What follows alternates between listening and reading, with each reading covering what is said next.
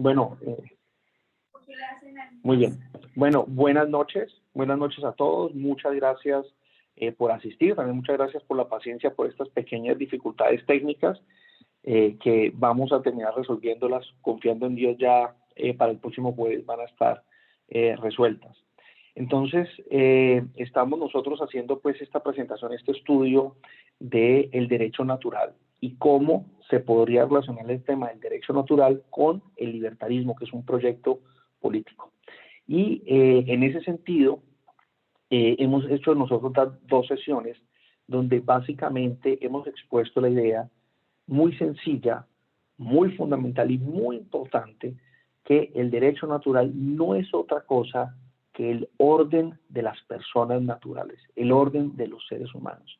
Y vimos nosotros que ese orden consistía básicamente en un hecho fundamental, en el hecho fundamental de que los seres humanos somos personas independientes o seres independientes que nos podemos distinguir los unos de los otros. Eso precisamente es el orden de los seres humanos, a saber que cada uno de nosotros es distinguible de los demás. Podemos distinguir nuestros cuerpos, nuestras acciones, nuestros pensamientos. Es decir, yo puedo decir, cuando estoy pensando, sé que estoy pensando yo y no está pensando Andrés.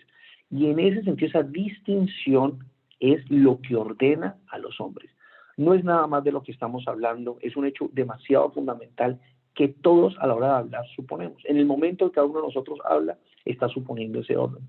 En el momento en que cada uno actúa, está suponiendo ese orden. Ese orden no tenemos que crearlo, no tenemos que hacer nada al respecto. Ese orden existe de suyo. Nos guste o no nos guste, nos parezca bueno o nos parezca malo. Ese orden está ahí y es el fundamento por el cual, digamos, a partir del cual nosotros somos lo que somos y podemos hacer lo que hacemos. Y es sobre la base de ese orden o sobre la realidad de ese orden que puede ocurrir el desorden, es decir, las confusiones. Cuando yo trato a otro como lo que no es, cuando yo trato a otra persona como la persona que no es, cuando yo, por ejemplo, me hago pasar a mí como una persona distinta a la que yo soy, o trato de hacer pasar como mío una acción que no es mía, o como propiedad mía lo que no es mío, y así sucesivamente. Fíjense que ese tipo de acciones de desorden, de confusión, suponen un orden fundamental. Suponen que originalmente o primeramente lo que hay es orden, y solamente una vez tenemos ese orden, podemos nosotros desordenarlo. Y eso es muy importante para mí. Es muy importante porque, como lo vamos a ver, quizás no hoy, pero dentro de 8 días, una de las críticas que se le ha solido hacer al tema del derecho natural es que en el derecho natural estamos hablando nosotros de un deber ser. Estamos hablando nosotros de algo que no es y quisiéramos que fuera, algo así como una sociedad ideal. Y nosotros no estamos hablando aquí de nada de sociedades ideales que no existen. Sí, nosotros no estamos proponiendo al estilo de los comunistas, ¿no?, un paraíso utópico al que vamos a llegar y al que vamos a construir. O si modificamos nosotros la naturaleza humana para que la naturaleza humana no sea lo que la naturaleza humana es, entonces vamos a llegar allá.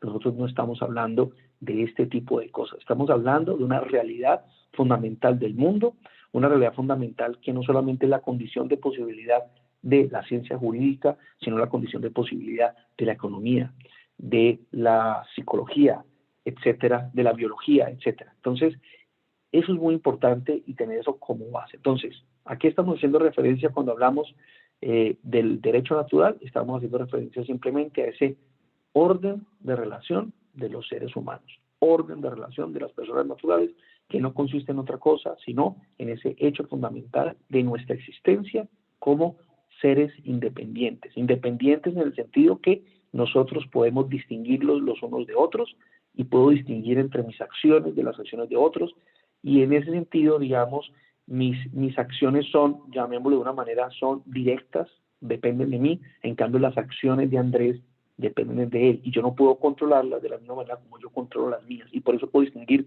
mis acciones de las tuyas, mis pensamientos de los tuyos, lo mío de lo tuyo, etcétera. Es decir, contrario a lo que decía Hobbes, lo mío y lo tuyo no es una distinción convencional, es una distinción de la naturaleza humana. Muy bien. Y sobre esa base nos vamos a plantear, he hecho obviamente un resumen muy corto de lo que hemos hablado en las últimas 2 sesiones, pero sobre esa base nos vamos a plantear una pregunta muy interesante, y es, bueno, ¿por qué hay hoy en día una desatención generalizada al estudio del derecho natural? Esto es importante planteárselo, ¿por qué lo hay? ¿No? Y si al respecto no hay ninguna pregunta de parte, digamos, de algún participante, y hombre, antes de entrar a ese tema sobre lo que ya hemos hablado, tengo esta duda, entonces continuamos. ¿Alguien tiene alguna pregunta o alguien quiere decir algo? ¿Algún comentario? ¿No? Ok, entonces vamos a hablar de la desatención del derecho natural. Y continuamos con nuestro texto. Perdón, Andrés, no sé si de pronto haya personas que se estén conectando hoy por primera vez. Entonces, si hay personas, compartamos el texto ahí por PDF. Andrés, si me haces ese favor, si lo puedes compartir en el chat. O de pronto Antonio, según los dos me está oyendo, para yo ahorita no distraerme compartiendo el texto. Si alguien lo puede compartir, pues el texto de Frank Van Loon que estamos trabajando. Bueno, entonces, hoy en día, el estudio del derecho natural ha sido virtualmente eliminado de la preparación de los abogados.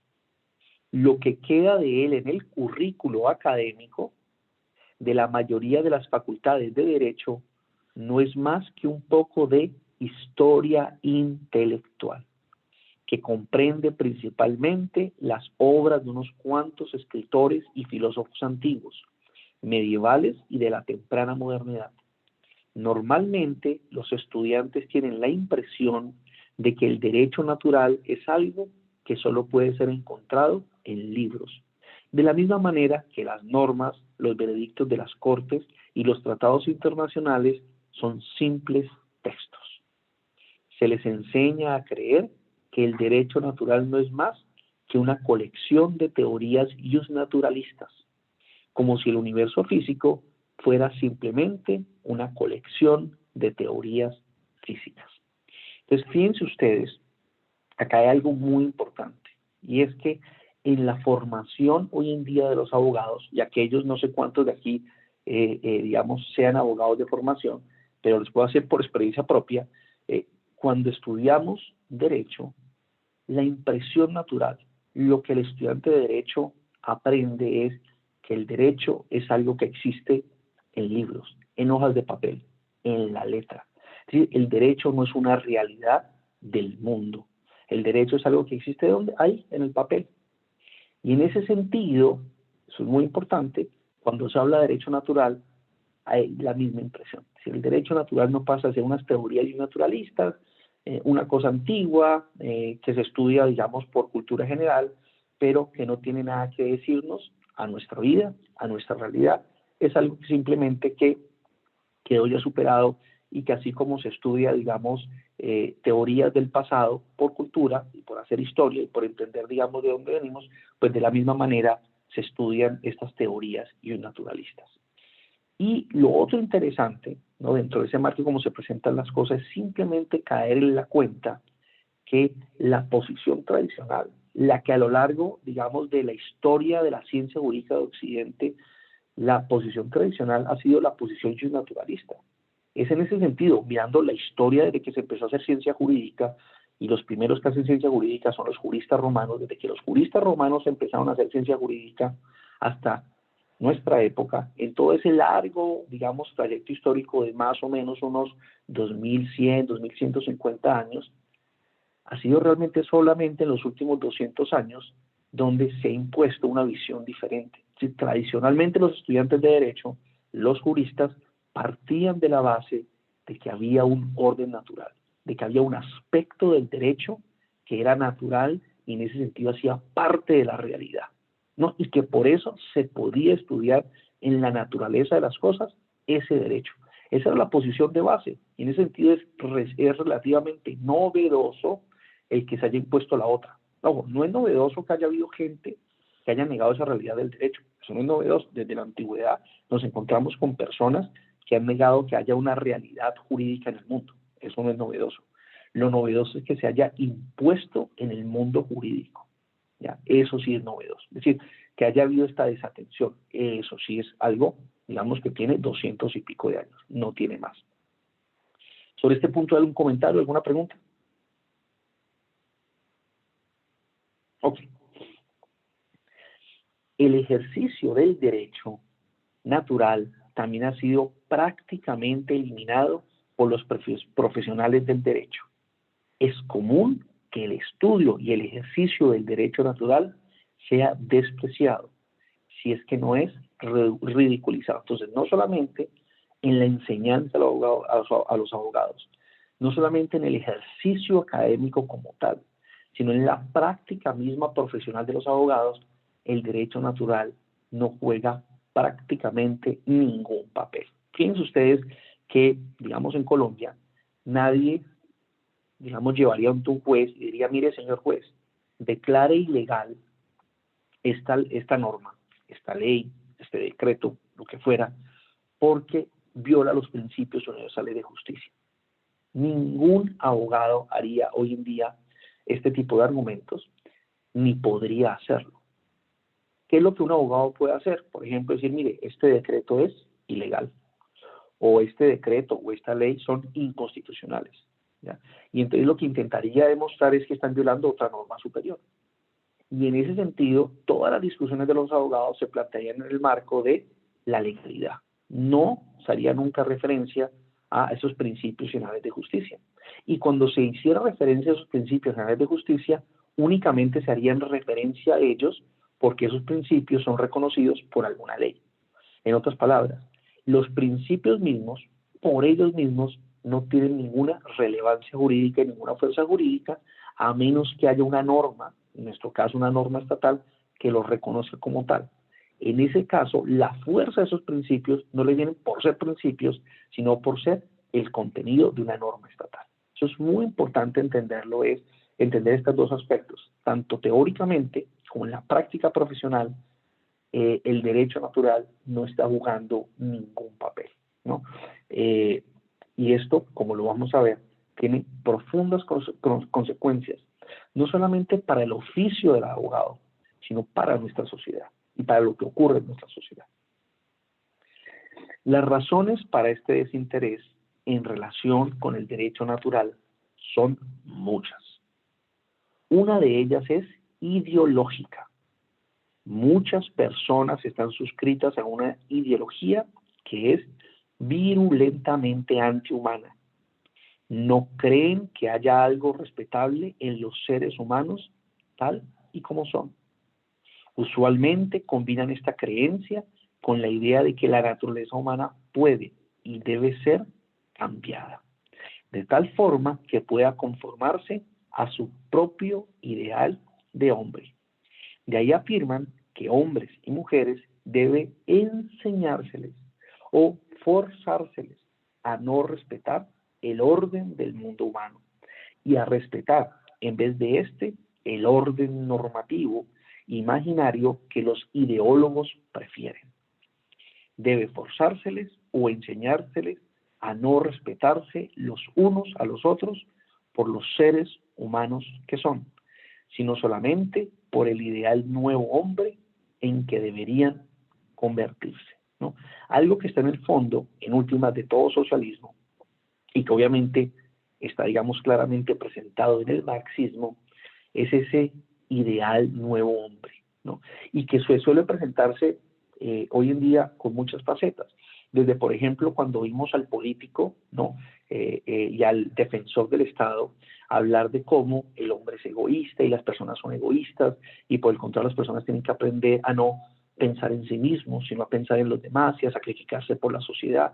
Y al final, digamos, se utiliza toda una serie de argumentos que se presentan pues como un acto de abnegación, donde yo me niego a mí mismo para servir a los demás, cuando realmente lo único que están presentando es una manera retórica de convencernos de obedecer cuanto deseo y cosa quiera el político. Y si no obedecemos a los políticos, estamos siendo egoístas. Si los obedecemos, estamos siendo unos buenos miembros de la sociedad. Y en ese sentido, ese supuesto egoísmo innato que hay en nosotros y que sería natural, pues hay que superarlo y hay que crear un nuevo hombre que viva para la sociedad, que no piense en sí mismo, ¿no? Y de ahí el enorme el papel que juega en todos estos esquemas la educación, ¿no? La educación es el instrumento para crear ese nuevo hombre. Por lo tanto, en el hombre y en ese orden natural no hay nada respetable. ¿no? Es de hecho algo que es necesario superar y superar cuanto antes. Este tipo, digamos, de ideas antihumanas, evidentemente está en el fondo de todos los ecologistas y ambientalistas radicales, ¿no? Que ven en el hombre y digamos, ¿cómo puedo poner? Se ha vuelto muy popular la idea o el punto de partida de que el hombre es algo así como un virus del planeta, ¿no? El hombre es, digamos, un ser que es como una especie de parásito del planeta, y en ese sentido el planeta se está defendiendo del ser humano, y el planeta está, digamos, creando todo tipo de mecanismos, entre ellos los huracanes y cosas de ese estilo, para eliminar el planeta. Una teoría tan loca como esta, tan evidentemente, no solamente digamos, disparatada, sino antihumana. Es increíble la fuerza que hoy tiene, y la vemos en películas, la vemos en artículos, e incluso sobre ella escribió recientemente el Papa, pero bueno, no vamos a perder tiempo hablando de ese señor.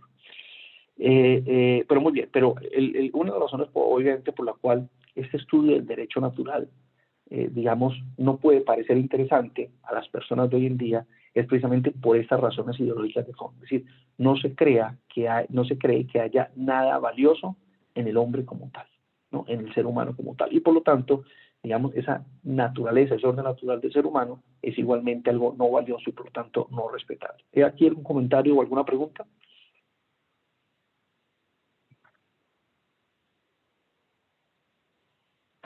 Muy bien. Sin embargo, la razón más importante, hay muchas razones, mencionó una Park que es la ideológica, pero la más importante, dice él, para esta actitud negativa es que el gremio de los abogados ha descubierto que puede conseguirse mucho más dinero al tratar con un complejo altamente politizado de sistemas de regulación social que cambian constantemente, del que pudiera soñarse con obtenerse al estudiar y ejercer el derecho natural. Repito, la razón más importante para esta actitud negativa es que el gremio de los abogados ha descubierto que puede conseguirse mucho más dinero al tratar con un complejo altamente politizado de sistemas de regulación social que cambian constantemente, del que pudiera soñarse con obtenerse al estudiar y ejercer el derecho natural. ¿Cuántos abogados se necesitarían si no tuviéramos que lidiar con este tema de estos sistemas complejísimos de regulación estatal? ¿Cuántas asesorías a empresas serían necesarias si esto no fuera así? Imaginemos nosotros que hubiera libertad y que las personas pudieran simplemente fundar su empresa sin necesidad de consultar a un abogado. Pero hoy en día, si alguien va a fundar una empresa, tiene que preguntar al abogado cómo es el régimen de impuestos, qué permisos necesito, cuáles son las licencias, cómo cumplo tal, cómo se hacen esos trámites. ¿Quiénes hacen todo esto? Los abogados. Y el abogado joven que sale, digamos que ha estudiado todo este sistema complejísimo de regulación en la universidad, una vez empieza a trabajar es en todas estas cosas. Así que se le vuelve no solamente normal, sino más aún sabe que en eso consiste su trabajo. Y que si eso desapareciera, implicaría que dejaría de tener cómo ganarse la vida. En otras palabras, a los abogados se les ha mostrado consciente para algunos, intuitivamente para otros, que es supremamente beneficioso tener una maraña gigantesca de regulaciones, porque de eso depende su trabajo.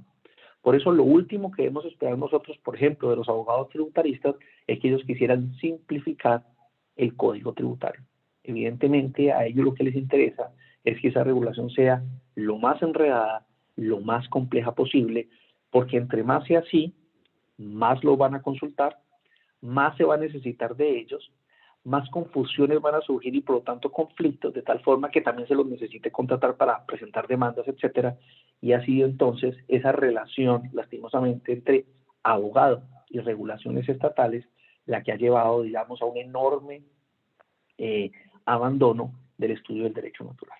Porque al final, como lo vamos a ver, el tema del derecho natural implica que los principios fundamentales de la justicia, de lo que es justo, de lo que es debido y que en último término es el verdadero fundamento de las relaciones de las personas, requiere poco de los abogados, porque hace referencia a una realidad de la cual todos hacemos parte y a unos principios que todos podemos conocer y entender de manera muy sencilla. Entonces, fíjense ustedes cómo en la medida en que aumentan los abogados y en la medida en que aumentan las regulaciones estatales, esto los beneficia profesionalmente, ¿no? Y esta es la principal razón por la cual deja de ser realmente atractivo el estudio del derecho natural, ¿no?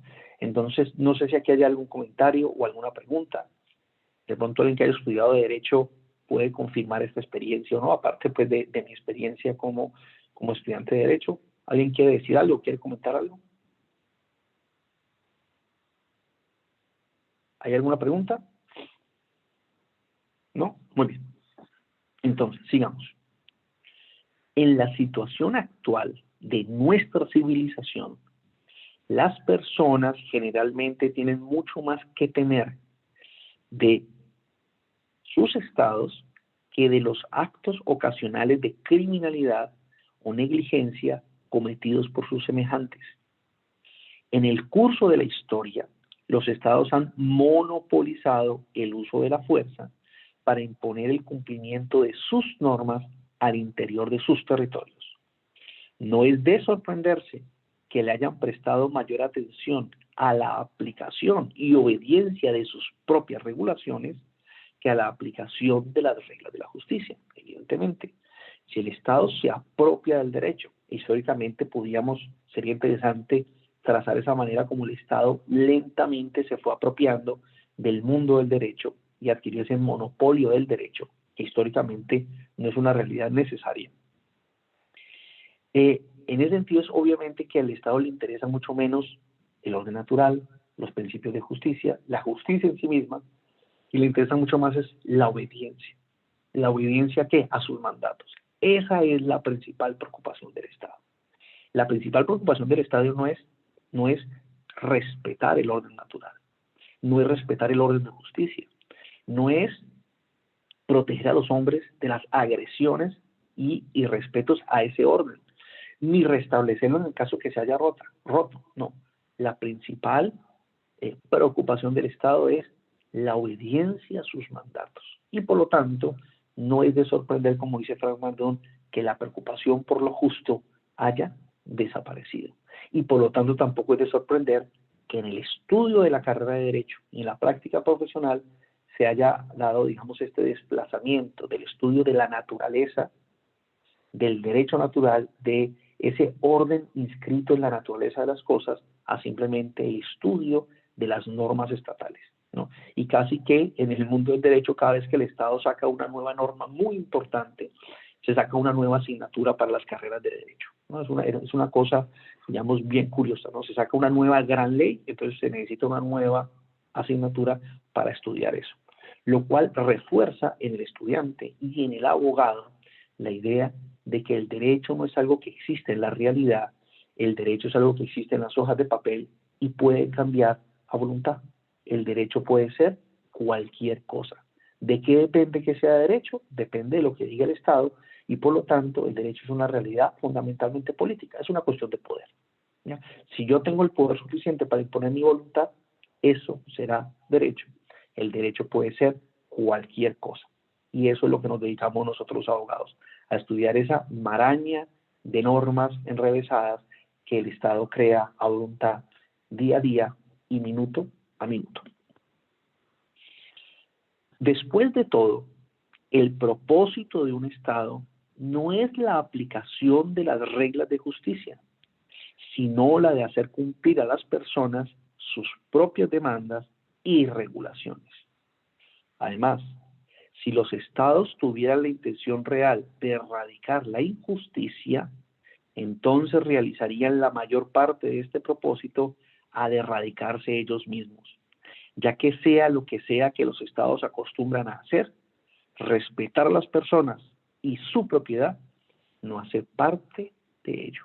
Es decir, sin lugar a dudas, los estados, especialmente a través de su sistema de reglas y de normas que imponen, son los principales agresores, los que de manera sistemática irrespetan y agreden el derecho natural. Es decir, cuando cada uno de nosotros compara, ¿no?, las agresiones que ha recibido de criminales de la calle y las agresiones que hemos recibido del Estado, creo yo que no hay comparación en las agresiones que recibimos del Estado.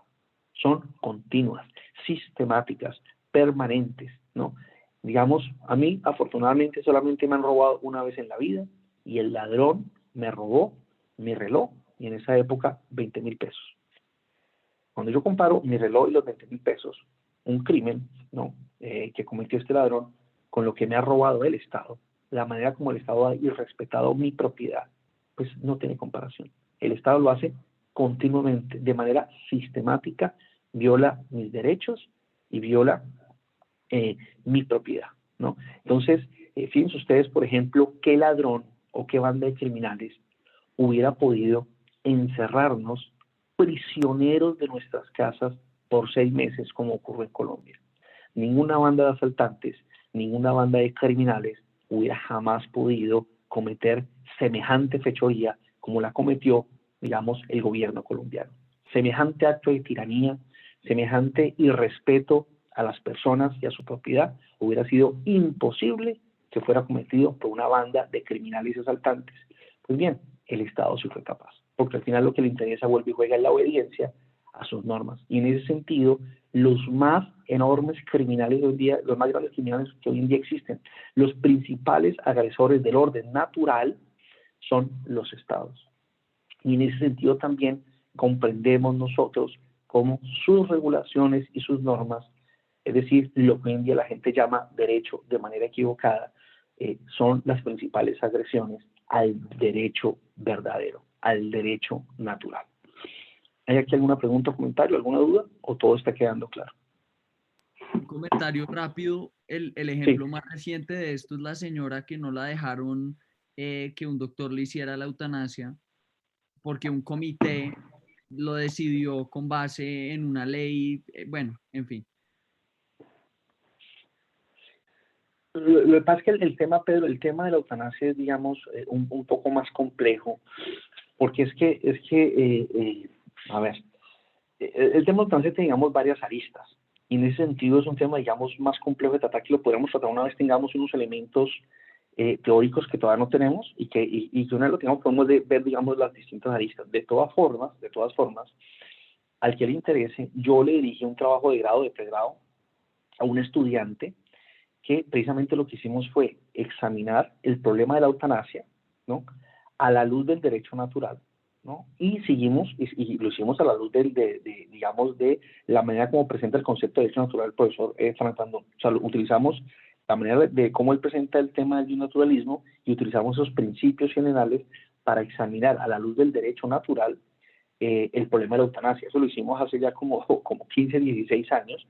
De hecho, tuvimos, digamos, el privilegio de que el prólogo a esta monografía de grado la escribiera el profesor Fernando, nos hizo, digamos, ese honor de escribirlo. Y pues en ese sentido es un libro, pues en la biblioteca de la Javeriana en Cali está, y no sé si de pronto en la de Bogotá quizás se pueda conseguir, porque pues al final el trabajo de grado pues recibió pues menciones honoríficas en la universidad, y entonces se publicó, y la universidad lo publicó como libro, entonces se puede buscar, ¿no?, sobre el tema pues de derecho natural y la eutanasia. O sea que, digamos, el que le interesara estudiar el tema de la eutanasia como en profundidad, digamos, es un punto de partida. No digo pues que en esa monografía de grado esté dicho todo, pero hay un punto de partida ya hecho, afortunadamente, sobre el cual, digamos, se podría regresar. Entonces, lo que te puedo decir es que ahí, digamos, está más en juego otra cosa, es lo que estamos viendo ahorita con el tema de la eutanasia de esta señora. Estamos viendo más bien en juego es otra cosa, y es el tema de las regulaciones, ¿no? El tema de que a qué se tiene derecho, a qué no, pero dependiendo de qué, de las regulaciones del Estado, lo que dice el ministerio, lo que dice la Corte, cómo se organiza. O sea, ahí más bien, digamos, por ahora, en vez de ver el tema de cómo entenderíamos nosotros la eutanasia desde el punto de vista del derecho natural, que me lo recuerdas y después lo vemos cuando tengamos ya ciertos elementos más claros, porque es que vas a ver a qué es lo que yo me refiero, que digamos, el análisis no es no es tan sencillo, entre otras cosas, porque a lo que hoy en día se le llama eutanasia, realmente está agrupando, llamémoslo así, situaciones completamente diferentes. ¿Sí me explico? O sea, se le dice eutanasia, cosas utilizan la misma palabra para describir situaciones que no son las mismas, ¿ya? No son las mismas, ¿ya?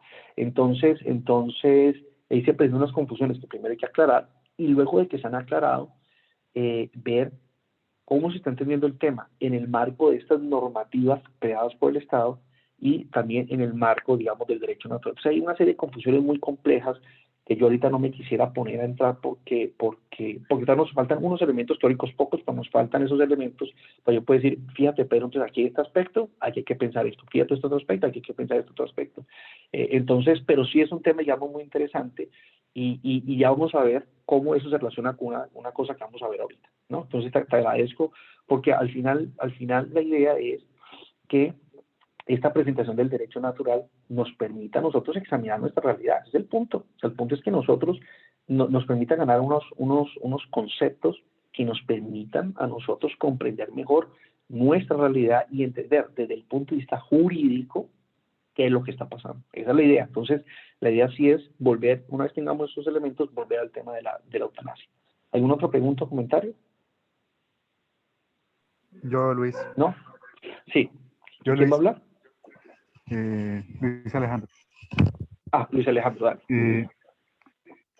Luis Eduardo, esto habías hablado sobre el egoísmo y que los socialistas y los ecologistas y todo eso decían que el hombre era egoísta y que por eso había que regularlo y tenían que acatar las órdenes del Estado, pero Sí. yo he visto, por ejemplo, en los ambientes libertarios la misma cosa, decir que el hombre es egoísta pero que el egoísmo es bueno. Más Ajá. bien lo tiene por ese lado, que el egoísmo es bueno. Y Sí. lo he visto de personajes como Rand, como Mises, ¿sí? Sí. Y otra Sí. cosa es que, no sé si sabes de la crítica de Mises al derecho natural. Claro, obviamente. Ya. Entonces, En la lo, acción pri- humana. lo primero, perdón, Luis, termina. Sí, eso era. Ok, Para saber entonces, si sabíamos empecemos con de lo esa último. crítica y cómo veía Mises eso. Claro, empecemos con esto último. Probablemente no hoy, pero dentro de 8 días vamos a hablar precisamente de esas críticas que se le hace al derecho natural, ¿no? Y digamos como en general, y yo voy a ampliar un poco más esas críticas que se reciben. Y entonces ahí hablaremos un poco de eso. Entonces digamos, sobre el tema, digamos, de Mises, pues no me voy a adelantar. De todas formas, hay que entender que cuando Mises estudia Derecho, ¿no? Estamos, digamos, algo así casi que en el punto más álgido, ¿no? Que es la segunda mitad del siglo XIX, de desprestigio del derecho natural, ¿no? Digamos, ha habido un resurgimiento en el estudio del derecho natural con ocasión de la Segunda Guerra Mundial. ¿Sí me explico? O sea, digamos, la Segunda Guerra Mundial en especial hizo que se volvieran a replantear, digamos, estas preguntas del derecho natural, ¿no? Acerca de si lo legal y lo justo son lo mismo. Si yo simplemente, al obedecer las órdenes que el Estado me da, yo puedo volver eso sinónimo de actuar justamente, porque el problema era que, digamos, los nazis y los distintos funcionarios del Estado alemán, ellos decían, yo estaba siguiendo órdenes legales, producidas legalmente, pero no estaba haciendo nada en contra del derecho. Y entonces ahí empieza a darse cuenta ante esta realidad, como que, a ver, ¿cuál es la relación que hay entre lo justo y lo legal? Entonces vuelve y se plantea la situación misma, hace que se plantee ese tema. Entonces hay que entender que cuando Mises estudia Derecho, digamos, el desprestigio del naturalismo está en su punto más alto, ¿no? Y donde se asocia el naturalismo con concepciones religiosas. Y Mises, que era un hombre que no era religioso, un hombre pues que era, digamos, ateo, pues veía en estas ideas del derecho natural simplemente religión. Entonces hay que ver por qué se presentaba eso y y que en cierto sentido no es mentira, o en cierto sentido no es mentira, y hay que ver de qué manera es estas relaciones y cómo se dan estas relaciones, pero digamos hay que entender de dónde está viniendo él, y entonces, y al final, para él el fundamento del derecho es simplemente utilitario, pero entonces hay que ver, ¿no?, si eso es así, porque va a llegar en su momento donde vamos a hablar un poco, digamos, de cuáles son las limitaciones de conseguir el derecho únicamente desde el punto de vista utilitario y la defensa de ciertas normas jurídicas únicamente de manera utilitaria. Ya lo vamos a ver, o sea, de eso voy a hacer referencia, digamos, de manera expresa, y en su momento, entonces, digamos, criticaremos indirectamente a Mises, o diré yo abiertamente a Mises, y en general a los utilitarios. Entonces, digamos, esa parte de la segunda pregunta, aguantémonos porque llega el momento donde va a ser bien pertinente eso que estás diciendo, ¿no? Y obviamente lo digo abiertamente, pues para mí esa es una limitación de Mises, pero pues obviamente, pues yo no veo en Mises un teórico del derecho, que él no lo fue, ¿no? Ni un pensador del derecho, que él no lo fue, él fue un economista, ¿no? Y hay que estudiarlo como economista. Y como economista, diría Frank Manon, estudió muy bien el orden natural de los hombres. Como abogado, ni se preocupó por él. Esa es, digamos, la primera cosa. Lo primero que preguntaste, ¿qué fue? Que esa pregunta sí la quería preguntaste, ¿qué fue lo que preguntaste? ¿Me puedes recordar que se me olvidó la primera pregunta que hiciste? Lo del egoísmo, que también hay Sí, liberales entonces, o libertarios que también hablan de sí. que el hombre es egoísta, pero entonces lo toman por el lado que el egoísmo es bueno. Exacto. Entonces, fíjate que independientemente de que uno esté de acuerdo con eso o no, yo, por ejemplo, en esa presentación yo no estaría de acuerdo, ¿no? Pero, independiente de eso, fíjate que en el caso de las personas, los randianos sobre todo, o Mises en un sentido diferente al de los randianos, pero al final, fíjate que en ese caso se está reconociendo que ese egoísmo natural de los hombres será algo bueno. El punto de lo que está diciendo Frank Mandon es que las personas, digamos muchas personas ven en esa naturaleza humana, en esa forma de ser de los hombres, algo malo que hay que modificar, ¿no? Algo malo que hay que modificar, ¿no? Y entonces, de hecho, incluso hay gente que empieza a hacer unas construcciones elaboradísimas. Dicen, no, mire, es que en el mundo privado hay una lógica, que es la lógica del egoísmo, de la ganancia, de la pérdida, etcétera, del interés personal. Pero en la lógica de lo público, en lo público y la lógica de la moralidad, de la ética, del servicio a los demás, donde está lógica, y entonces desarrollan una cantidad pues donde suponen, ¿no?, que una vez uno entra al marco de lo público, ya uno no puede dejar ya uno tiene que dejar de ser hombre, y uno tiene que ser otra cosa, tiene que ser diferente a, entonces es una cuestión de educación, ¿no? Y digamos, eso se ve, digamos, claramente, esta idea así, la vemos muy clara en Rousseau y de ahí en adelante, que tuvo tanta influencia en sus contemporáneos y en todos los pensadores posteriores, ¿no?, que una cosa es el hombre y otra cosa es el ciudadano. Y la clave del orden social es en ser ciudadano, no en ser hombre. De ahí está ese conflicto, digamos, que habría entre ese hombre natural, que según Rousseau sería, digamos, problemático, y por otra parte, digamos, el ciudadano, ¿no? Entonces ahí tenemos nosotros como en Rousseau obviamente la cosa es mucho más compleja y mucho más confusa adicional, porque el punto de Rousseau es que en principio la naturaleza humana es buena y es en su relación con los otros hombres que el hombre se vuelve malo. Entonces, pues, digamos, no quiero ahorita complicar la vaina con Rousseau, pero digamos, la idea es que piense que ella se empieza a formar esa idea de que la clave es, para que haya orden social, es ser ciudadano, y ser ciudadano significa no preocuparse por mis propios intereses, sino preocuparme, digamos, por la comunidad y poner la comunidad de primero, etc. Entonces hay una idea como que esa naturalidad o esa naturaleza humana es necesario modificarla.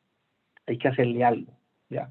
Y eso sí es importante, ¿no? Porque no es lo mismo que nosotros veamos en el hombre algo valioso a que nosotros veamos en el hombre simplemente, digamos, en este orden natural algo malo. Siempre de partida ya es algo malo y hay que modificarlo. Entonces, digamos, ahí hay unas razones ideológicas. Ahora, hay muchas razones ideológicas. Porque, por ejemplo, es una manera distinta como los marxistas, para poner casos concretos, como los marxistas ven, digamos, lo malo en la naturaleza humana, a como, por ejemplo, los cristianos vemos, digamos, lo malo que es la naturaleza humana. Son, digamos, dos cosas diferentes. Entonces, o sea, digamos, esto más que para elaborarlo más, aunque lo podríamos elaborar si a muchos les interesa, es más fácil, mire, ¿cuáles son las razones por las cuales el derecho natural ha caído en desprestigio? Hay muchas. Una de ellas es ideológica, que es esto, y muchas otras más que él no identifica y que nosotros podríamos, digamos, identificar. Pero él dice, mire, la más importante, realmente la que más ha influenciado, y es realmente la que a mí me importa resaltar, es porque es un beneficio para el gremio de los abogados. Es decir, los abogados se benefician de que haya un, vamos a decir, desconocimiento y desatención al derecho natural, y por el contrario, haya una atención y una importancia a ese orden normativo que el Estado impone. Eso para ellos significa mayor riqueza, ¿ya? Si la mayoría de los ciudadanos, en muchos casos que hoy en día contratan abogados, si no hubiera esa maraña de normas que el Estado impone, no los contratarían. Ese es el punto. O sea, hay un beneficio personal para los abogados y por qué los abogados terminan apoyando esto. Esa sí es la razón más importante. Lo otro podríamos enumerar todas las razones que hay, por ejemplo, digamos, la secularización, por ejemplo, el positivismo que se impone en el siglo XIX. Bueno, en fin, podemos ir, digamos, distinguiendo un montón de razones ideológicas, todas ellas diferentes, incluso muchas incompatibles entre ellas, que llevaron a ese desconocimiento del derecho natural, como por ejemplo el utilitarismo. O sea, el utilitarismo como filosofía, como ética y como filosofía moral, obviamente iba en contra de algunas de las filosofías anteriores, como la filosofía de Kant o la filosofía aristotélica, de la presión aristotélica, etcétera, y en ese sentido pues no podía servir el utilitarismo como un fundamento al derecho del estilo que eran las otras, sino un nuevo fundamento. Y entonces ese nuevo fundamento no tiene que ver con el derecho natural. ¿Sí me explico? O sea, hay muchas razones que hay, pero hay una que es fundamental, que es la que verdaderamente ha influenciado, y es ese beneficio que se le presenta a los abogados. Si los abogados reconocen, vuelve juega, algunos conscientemente, otros intuitivamente, no interesa, pero reconocen que hay un beneficio, ¿no? Hay un beneficio. Y no en vano, fíjense ustedes, que son los abogados quienes normalmente redactan las leyes. ¿Por qué razón? Para que ustedes caigan en cuenta de esto, simplemente, ¿por qué razón? Los abogados siguen siendo en últimas una profesión liberal. Es decir, los abogados no tienen unos gremios que los hacen obligatorios con unos precios fijos establecidos, sino que sigue siendo una profesión libre, ¿no? Y comparan ustedes los médicos, que originalmente eran una profesión libre, al igual que los abogados, y hoy en día los tienen completamente socializados y colectivizados. ¿Cuál es la razón de eso, de que los médicos estén colectivizados y socializados y los abogados no? Es porque los abogados son los que redactan las leyes, los médicos no. Ese es el punto. No sé si se entiende como el punto que quiere hacer Frank Mandón, de los abogados no son pendejos y no se van a clavar ellos mismos, ¿no? Sí, no sé si se entiende el ejemplo que acabo de poner con los médicos. Sí, porque uno también podría decir, así como es importante tener un seguro público de salud, uno puede decir, mire, es muy importante tener un seguro jurídico. Es decir, en el momento en que yo necesite un abogado, que eso ya esté pago. Y entonces nos inventamos unas EPS, pero del derecho, y donde los abogados obligatoriamente tengan que pagar ahí y tengan que cotizar ahí, y entonces uno da unos aportes mensuales. ¿Sabe? No se podría organizar. Y las empresas se olvidan de ahora en adelante en tener bufetes de abogados a los cuales les pagan millonadas o abogados a los que le pagan millones. Las empresas se pueden olvidar de tener departamentos jurídicos. Las empresas pagan mensualmente, las personas pagan mensualmente un seguro. En el momento que necesiten, hacen uso de ese seguro, se crean EPS de abogados y todo. ¿Cuánto ganarían los abogados? ¿Cuánto ganarían los abogados? Si socializamos la prestación, digamos, de los servicios legales. ¿Por qué los abogados no han hecho eso? ¿Y por qué a nadie se le ocurre defender eso? Porque los abogados no son pendejos. No son pendejos. ¿Se entiende esto o no se entiende esto? ¿Hay alguna pregunta? ¿Algún Pero otro Luis, comentario? no le des ideas Sí. a los políticos populistas que después montan una vaina así. No les demos toda la razón, pero no les demos ideas, pero es para que ustedes tengan en cuenta cuál es la racionalidad que está funcionando acá. Muy bien. Por lo tanto, la justicia es solo una preocupación accidental y usualmente marginal del Estado. Por otra parte, la legalidad o la conformidad con las reglas que impone o que desea que sean obedecidas es su preocupación central, ¿ya? ¿Cuándo de nosotros no decimos como libertarios, decimos, mire, el Estado en vez de andar persiguiendo lo que no es un crimen, ¿ya? ¿Por qué no anda persiguiendo a los criminales? Y nosotros ponemos un montón de casos de lo que tradicionalmente en la literatura se ha llamado, por ejemplo, con la frase, los vicios no son crímenes, es decir, hay un montón de actividades que podríamos nosotros considerar como malas o viciosas, y que sin embargo no son crímenes en el sentido en que no le hacen daño a nadie.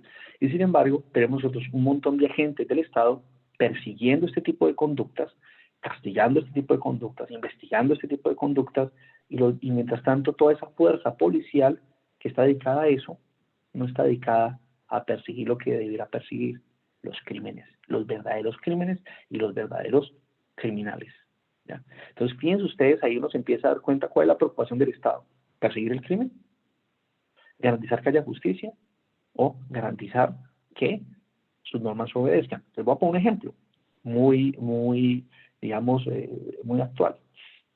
¿Cuántos recursos del Estado, cuántos funcionarios del Estado, cuántos agentes policiales del Estado se han dedicado a garantizar, por ejemplo, que los distintos locales comerciales cumplan las normas denominadas de bioseguridad? ¿Hay acaso un crimen? Es decir, si el dueño de un local le permite entrar a un cliente, ¿está acaso cometiendo un crimen? Si el cliente está dispuesto a entrar ahí independientemente de las condiciones que haya, ¿acaso no hay un acuerdo entre ambos y no es acaso voluntario? Y sin embargo tenemos un montón de policías, un montón de burócratas creando normas y revisando que esas normas se apliquen, en vez de estar persiguiendo a los que roban, a los que asaltan, a los que estafan, a los que de verdad sí están cometiendo crímenes. ¿Ven? Ahí se ustedes, ¿qué le importa al Estado? ¿El crimen o la obediencia? Eso pasó en Ahí vemos Bogotá nosotros. también. ¿Ah? ¿Perdón? Eso pasó en Bogotá con lo de No, los... pues, Eso pasó en en Bogotá todo con lo de los lado. bares y restaurantes y eso cuando los tenían cerrados Sí, sí, y sí. cuando les permitieron abrir, que es que operativo sorpresa para cogerlos y Sí, censurarlos no, los otra vez. grandes, Entonces, ¿qué gracia tiene sí, eso? sí. Yo me acuerdo de una noticia, pues, que hubo como que una fiesta clandestina. Imagínense, es una fiesta clandestina, es decir, un grupo de gente que se quiso ir a un sitio para divertirse, ¿no? Los socialistas y los estatistas, que son los que supuestamente aman la naturaleza social del hombre, ellos y por nosotros no, supuestamente nosotros nos imaginamos en nuestra estupidez que los hombres son unos átomos que andan por allá solos y nosotros no, sí, eso es lo que nosotros nos imaginamos, pues. Esa es nuestra antropología, ¿no? La caricatura que nos crean. Entonces, fíjense ustedes, una gente que libremente quiere reunirse para divertirse, pasar un buen rato, para que esta vida sea agradable. Yo me acuerdo que fue en Bogotá, se reunieron por allá en un hotel, ¿no? Y estar en el sótano del hotel, y entonces como que hubo alguien que echaron y el tipo de resentido llamó a la policía. Y entonces fue la gran noticia que salió en todos los noticieros, ¿no? Fiesta clandestina, imagínate el crimen, ¿no? La violación, nadie se le está violando su propiedad, nadie se le está violando la libertad o a la persona. Había un respeto, personas, el que no quería ir no iba, el que quería, en fin, y no, el Estado persiguiendo eso, pero vaya pues a que persiga al criminal y al ladrón, ¿no? Y vaya a que los castigue realmente. Ahí se dan ustedes cuenta cómo a los Estados la justicia es una preocupación marginal. Su preocupación fundamental es que la obediencia a sus mandatos, esa sí es una preocupación fundamental, es así. Muy bien. ¿Algún otro comentario o alguna otra pregunta? ¿No? Muy bien. Fíjense. Y entonces aquí viene la explicación de esto ya para ponerlo, digamos, en términos. La palabra legalidad viene de la latina lex, la cual denota una orden general emitida por una autoridad pública, que originalmente fue una autoridad militar. Es comprensible, recuerden ustedes simplemente para que históricamente lex era la orden que daba la Asamblea de Ciudadanos en Roma, ¿ya? Y la Asamblea de Ciudadanos es fundamentalmente la Asamblea del Ejército. O sea, recuerden ustedes que ser ciudadano en estas ciudades del mundo antiguo, en esas ciudades-estado, significa que yo hago parte del ejército. En otras palabras, el ejército es la asamblea. Es decir, cuando necesitamos pelear, ¿qué es lo que hacemos? Cuando necesitamos defendernos de alguien o atacar a alguien, ¿qué es lo que hacemos?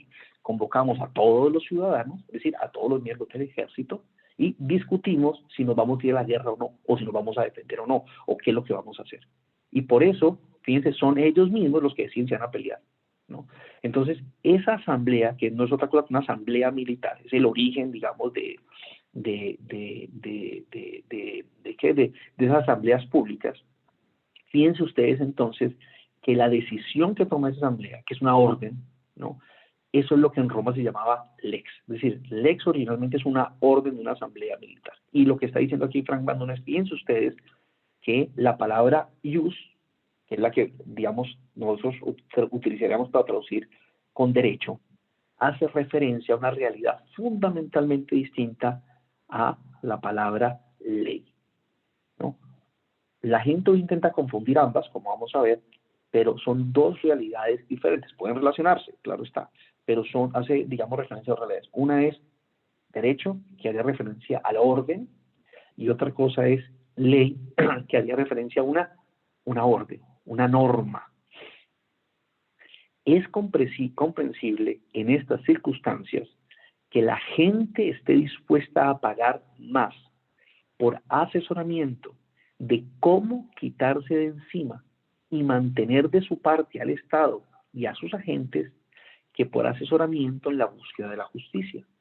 A diferencia de los principios básicos de justicia, los cuales cualquier persona con un módico sentido de común puede descubrir por sí misma, las regulaciones sociales son simplemente lo que otras personas dicen que son.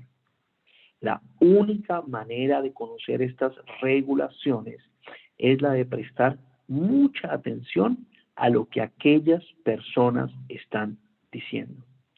Muy pocas personas tienen el tiempo o la inclinación para hacer eso.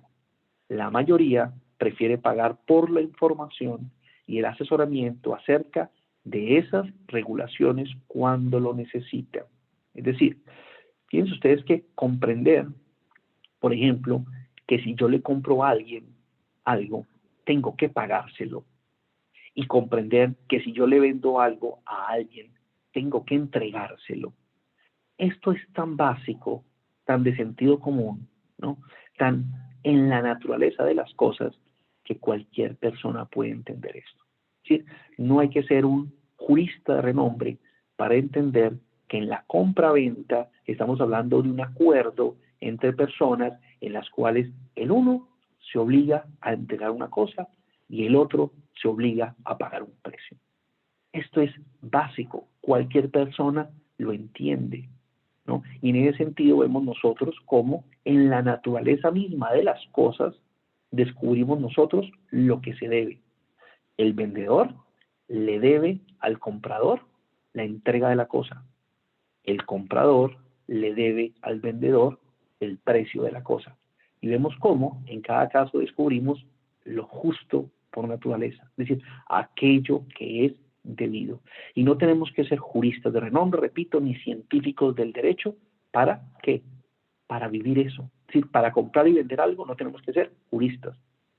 Para definirlo, para conceptualizarlo, claro, ahí viene la ciencia y lo conceptualiza, ¿no? Pero de la misma manera como no tenemos que, para estar vivos, ser biólogos, ¿no? Aunque haya que estudiar qué es la vida desde el punto de vista biológico, de la misma manera, para comprar y vender no necesitamos ser juristas. Así los juristas vengan luego y estudien ese orden natural. Nadie está diciendo que no se lo estudien y que no sea importante el estudio, porque hay que estudiarlo, hay que distinguir cosas, se presentan conflictos, etcétera. Nadie está diciendo que no se necesiten juristas o que no se necesiten abogados. Ojo, nadie está diciendo que no se necesiten abogados. Se necesitan abogados, se necesitan juristas, se necesitan sistemas judiciales. Lo que estamos diciendo es una cosa diferente, y es que evidentemente la práctica del derecho en el marco del derecho natural generaría menos riqueza. Se necesitarían menos, muy probablemente. Y mucha de la riqueza que hoy ganan los abogados se debe precisamente a esto otro. Y es que si bien es cierto, esos principios básicos del derecho natural son conocidos y comprendidos por todos aquellos con un módico de sentido común, de la misma manera las regulaciones estatales, ¿no? Solamente podemos conocerlos si le ponemos atención a aquellas personas que nos dan las órdenes. Y para ello hay que tener una cierta formación profesional, ¿ya? Lo que suele distinguir al abogado de lo que no es que el abogado sabe cómo ir, a dónde ir, dónde encontrar esa información, ¿ya? Para asesorar a las personas. En principio, cualquier persona podría hacerlo, pero evidentemente uno prefiere ¿qué? Pues pagarle a alguien para que lo asesore a uno, ¿no? Y le diga a uno, mire, es esta norma, es esta otra norma, aquí está, y te lo asesora a uno, qué es lo que uno tiene que hacer. Y eso es lo que hacen los empresarios o cualquier persona cuando uno va a hacer cualquier cosa jurídica, ¿ya? Entonces, ese es el punto, digamos, que está resaltando Frank Manduno. Una cosa es el derecho natural, del cual todos hacemos parte y que en ese sentido todos podemos conocer, y otra cosa muy diferente son estas regulaciones estatales que para conocerlas se requiere una formación especial y un tiempo de dedicación para saber encontrarlas. O sea, se requiere tiempo. Entonces, ¿la gente qué hace? Pues la gente paga porque quiere evitarse problemas con el Estado. Y yo no quiero montar un negocio y que el Estado venga y me lo cierre, yo no quiero evitar un negocio y que el Estado venga y me lo quite. Entonces, ¿saben qué? O, por ejemplo, construyo yo en mi terreno una casa y después viene el Estado y me la hace tumbar. Entonces, ¿yo qué hago? Yo más o menos, ¿qué puedo construir acá? Fíjense ustedes que desde el punto de vista natural, la cosa es muy clara. Yo puedo construir en mi lote lo que a mí me parezca siempre y cuando que al construir eso yo no le cause un daño a otra persona o a la propiedad de otro. De resto, yo puedo construir en mi lote lo que yo quiera, porque es mío. Pero resulta que hoy en día aquello que podamos nosotros construir depende de lo que un montón de funcionarios diga que se puede construir. ¿Y cómo hago yo para saber eso? Si yo no lo puedo saber por naturaleza. ¿Qué tengo que hacer? Contrato unos abogados especializados en derecho inmobiliario que me digan qué puedo construir ahí, qué requisitos tengo que cumplir para poder construir algo ahí, etcétera, etcétera, etcétera. ¿Este punto se entendió? ¿Esta distinción? Muy bien, Sí, entonces correcto. terminemos y concluyamos. Los abogados han respondido a esta situación abandonando el estudio y el ejercicio del derecho para convertirse en especialistas de las regulaciones sociales del momento. Sin embargo, en vez de admitir lo anterior abiertamente, han preferido generalmente redefinir la palabra derecho para que en la actualidad virtualmente sinónima, para que sea en la actualidad virtualmente sinónima de la regulación social impuesta o sancionada políticamente. Es decir, si yo dijera simplemente, mire, socialmente, si yo dijera, mire, que simplemente eso es una orden que están dando los poderosos y ya está, ¿no? Pues la gente sería más renuente a obedecer esas normas. Esa gente, ¿por qué nos está mandando? Y si la gente viera que lo que hoy en día se llama derecho no pasa de ser que las órdenes de los poderosos, el instrumento por medio del cual los poderosos oprimen a la inmensa mayoría, ¿no? Pues la gente estaría menos dispuesta a obedecerla. Pero si esa realidad de opresión, ¿no? Donde una minoría oprime a la inmensa mayoría, se disfraza del lenguaje de 2000 y pico de años de lo justo, lo jurídico, esto es derecho. El derecho tiene, por su propia naturaleza, una legitimidad. Entonces, obviamente quieren apropiarse y disfrazar lo que es una simple opresión, quieren disfrazarla de derecho. Ojo, el derecho hoy en día es, sin lugar a dudas, digamos, quizás el principal legitimador de esta opresión estatal, porque se disfraza de justo lo que no es más que una vulgar opresión. Y esto es muy importante tenerlo en cuenta por lo siguiente, les voy a explicar a ustedes. En primer lugar, es muy importante por esto, porque cuando la izquierda, y Marx lo hacía, denuncia, por ejemplo, que el derecho actual no es más que un instrumento de opresión de los poderosos, por medio del cual digamos, se esclaviza a la inmensa mayoría, y en ese sentido se explota a la inmensa mayoría. No se equivocan, no se equivocan. ¿En qué se equivocan? En que se equivocan en creer que, digamos, porque para ellos es así, en últimas no hay derecho. Y por lo tanto, lo único que hay son relaciones de poder. Y por lo tanto, al final, lo que importa es quién tiene el poder. En el caso de los marxistas, quieren ellos que tengan el poder es el proletariado. ¿Ya? Entonces, es una cuestión simplemente al final, no es un problema de justicia, porque es que no hay derecho. Es un problema simplemente de poder. Y es lo que como hoy en día nosotros interpretan las cosas. Al final, el tema del derecho, lo que hoy en día se llama derecho, ¿es un tema de justicia? No, es un tema de poder. ¿Ya? ¿Qué es lo justo? Lo justo es aquello que nosotros logramos amasar un poder suficiente para imponer nuestra opinión. Fíjense que la preocupación, por ejemplo, de los animalistas no es si ellos están respetando o no lo justo, si están respetando o no a aquellos otros seres humanos que quizás tengan una opinión diferente a la de ellos. Ese no es el problema. El problema es que el derecho puede ser cualquier cosa y ellos tienen una opinión, vamos a imponerla. Y si a nosotros nos parece que no se deben hacer corridas de toros, por las razones que sean, simplemente vamos a imponer nuestra voluntad y que eso sea derecho. ¿Ya? Entonces, fíjense ustedes cómo Se vuelve el derecho simplemente una cuestión de imposición de las voluntades. Unos quieren una cosa, si logramos amasar el poder suficiente, le imponemos a otros nuestra opinión y ya está. Es decir, el derecho puede ser cualquier cosa.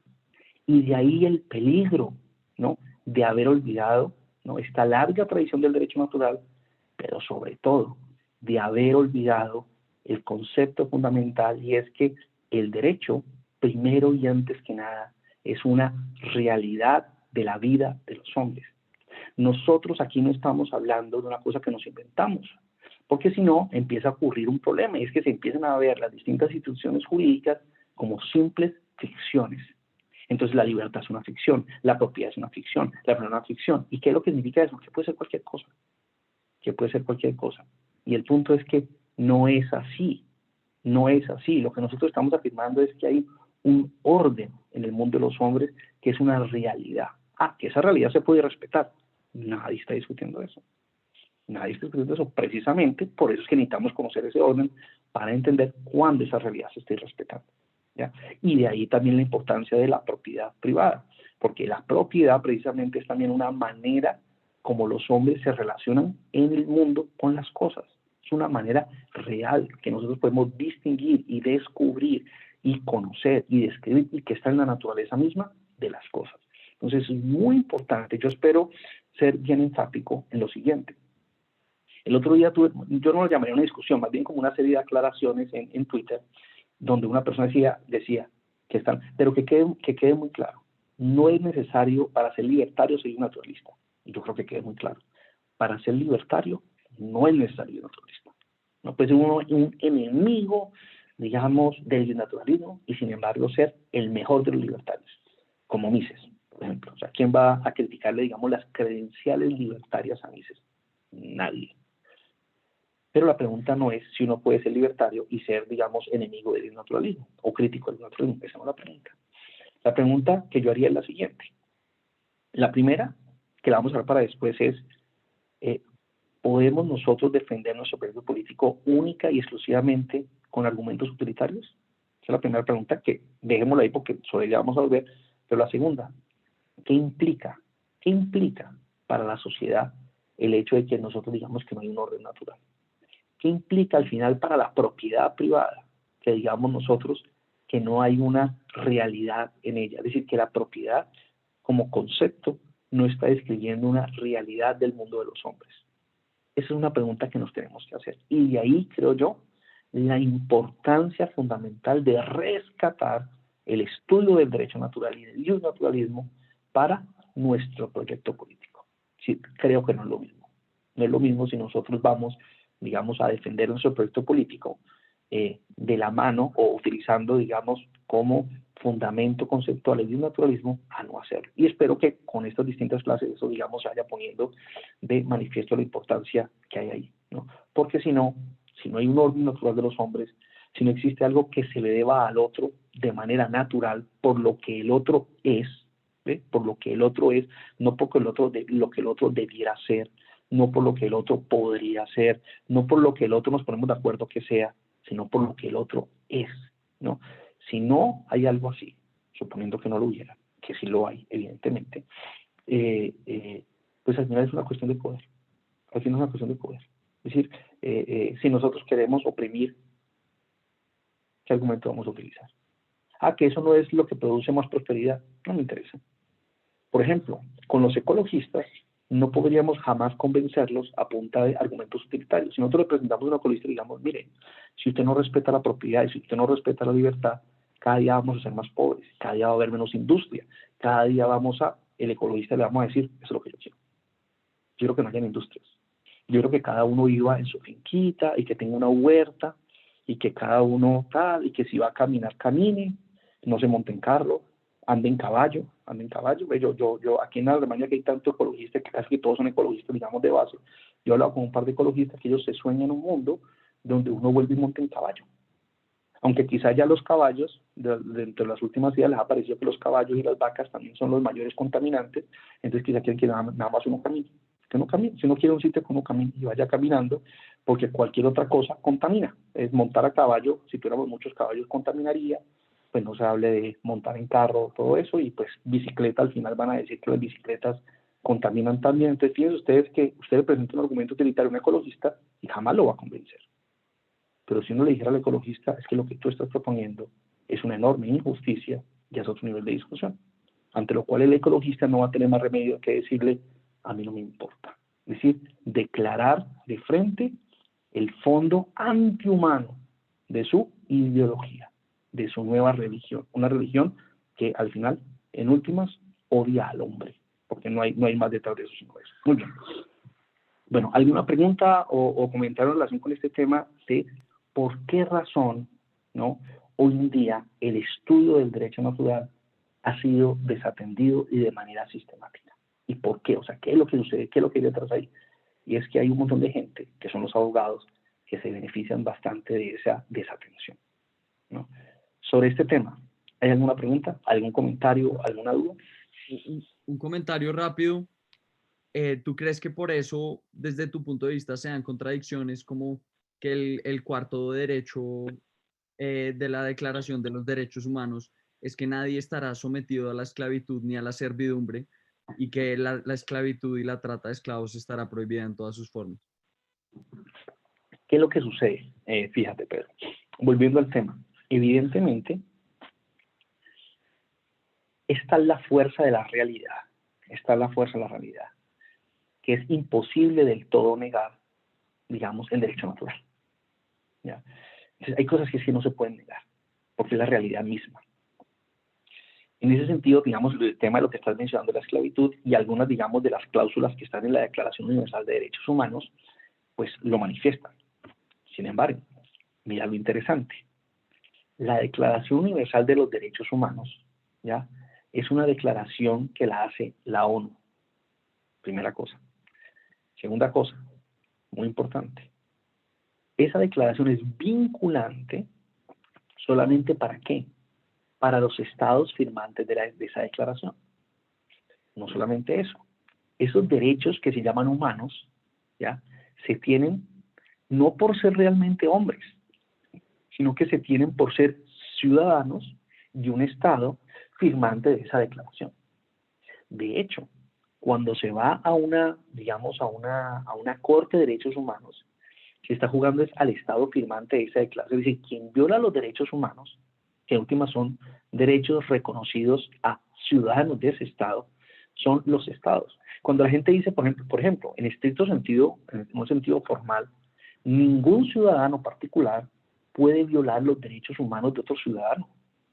¿Sí me explico? Ninguno. Es imposible. Porque quien está obligado a cumplir esos derechos y quien los estaría violando, entre comillas, es el Estado, no los particulares, ¿ya?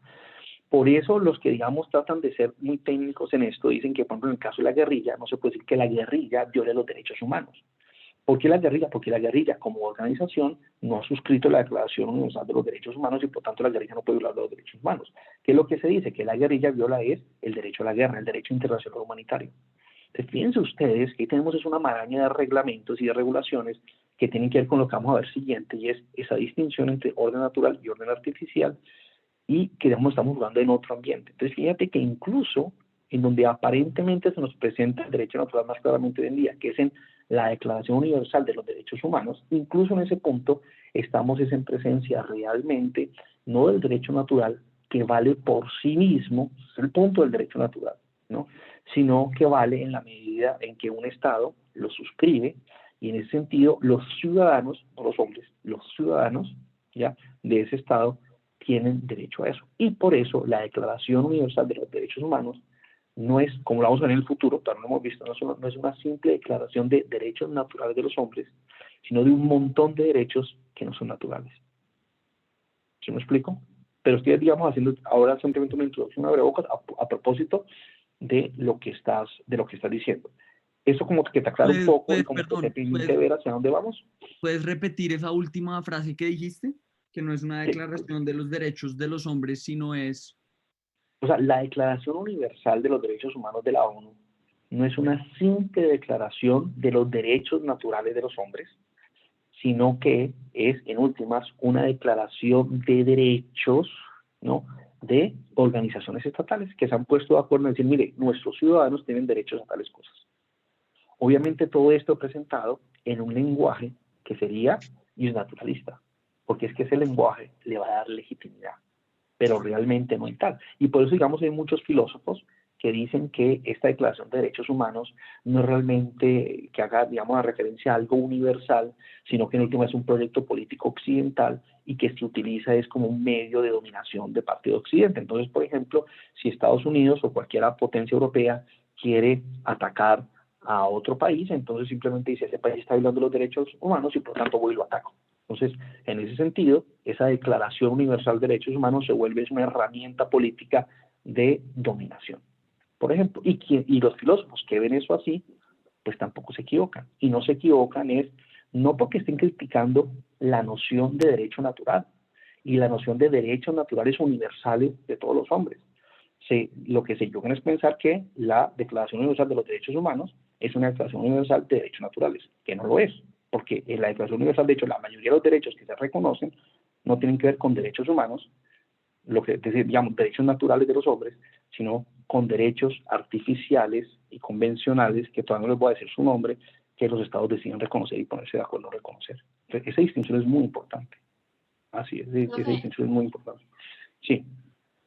Pero sí me parece Sí, importante, pues, distinguir como, pues yo sé que es un tecnicismo, pero digamos que no es lo mismo declaración a una convención, y yo en ese sentido sí pensaría que la declaración es puramente derecho natural, porque la declaración no es vinculante para absolutamente ningún estado, a diferencia de la convención, que sí son tratados internacionales que suscriben y ratifican los estados, y que en ese sentido sí serían derecho positivo. Pero la declaración es simplemente pues el reconocimiento de los derechos que se entienden inherentes a las personas. Entonces yo por ese sentido sí lo vería como una manifestación pues del derecho natural, por lo de su no vinculado, por lo que no es vinculante. Y pues ya frente a que la ONU y las organizaciones internacionales usen ese discurso como, pues como medio político, digamos que sí, es evidente, pero no vería cómo eso hace que la declaración no sea derecho natural.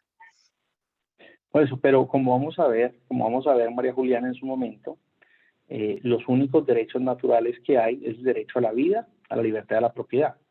¿Se limita a eso la Declaración Universal de Derechos Humanos o consagra un montón de derechos que hoy en día suelen llamarse como derechos sociales, de segunda generación, etcétera?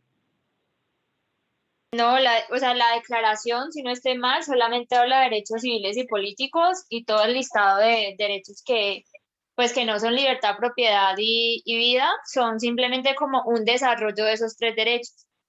Pero al final, pues solamente se limitan a eso.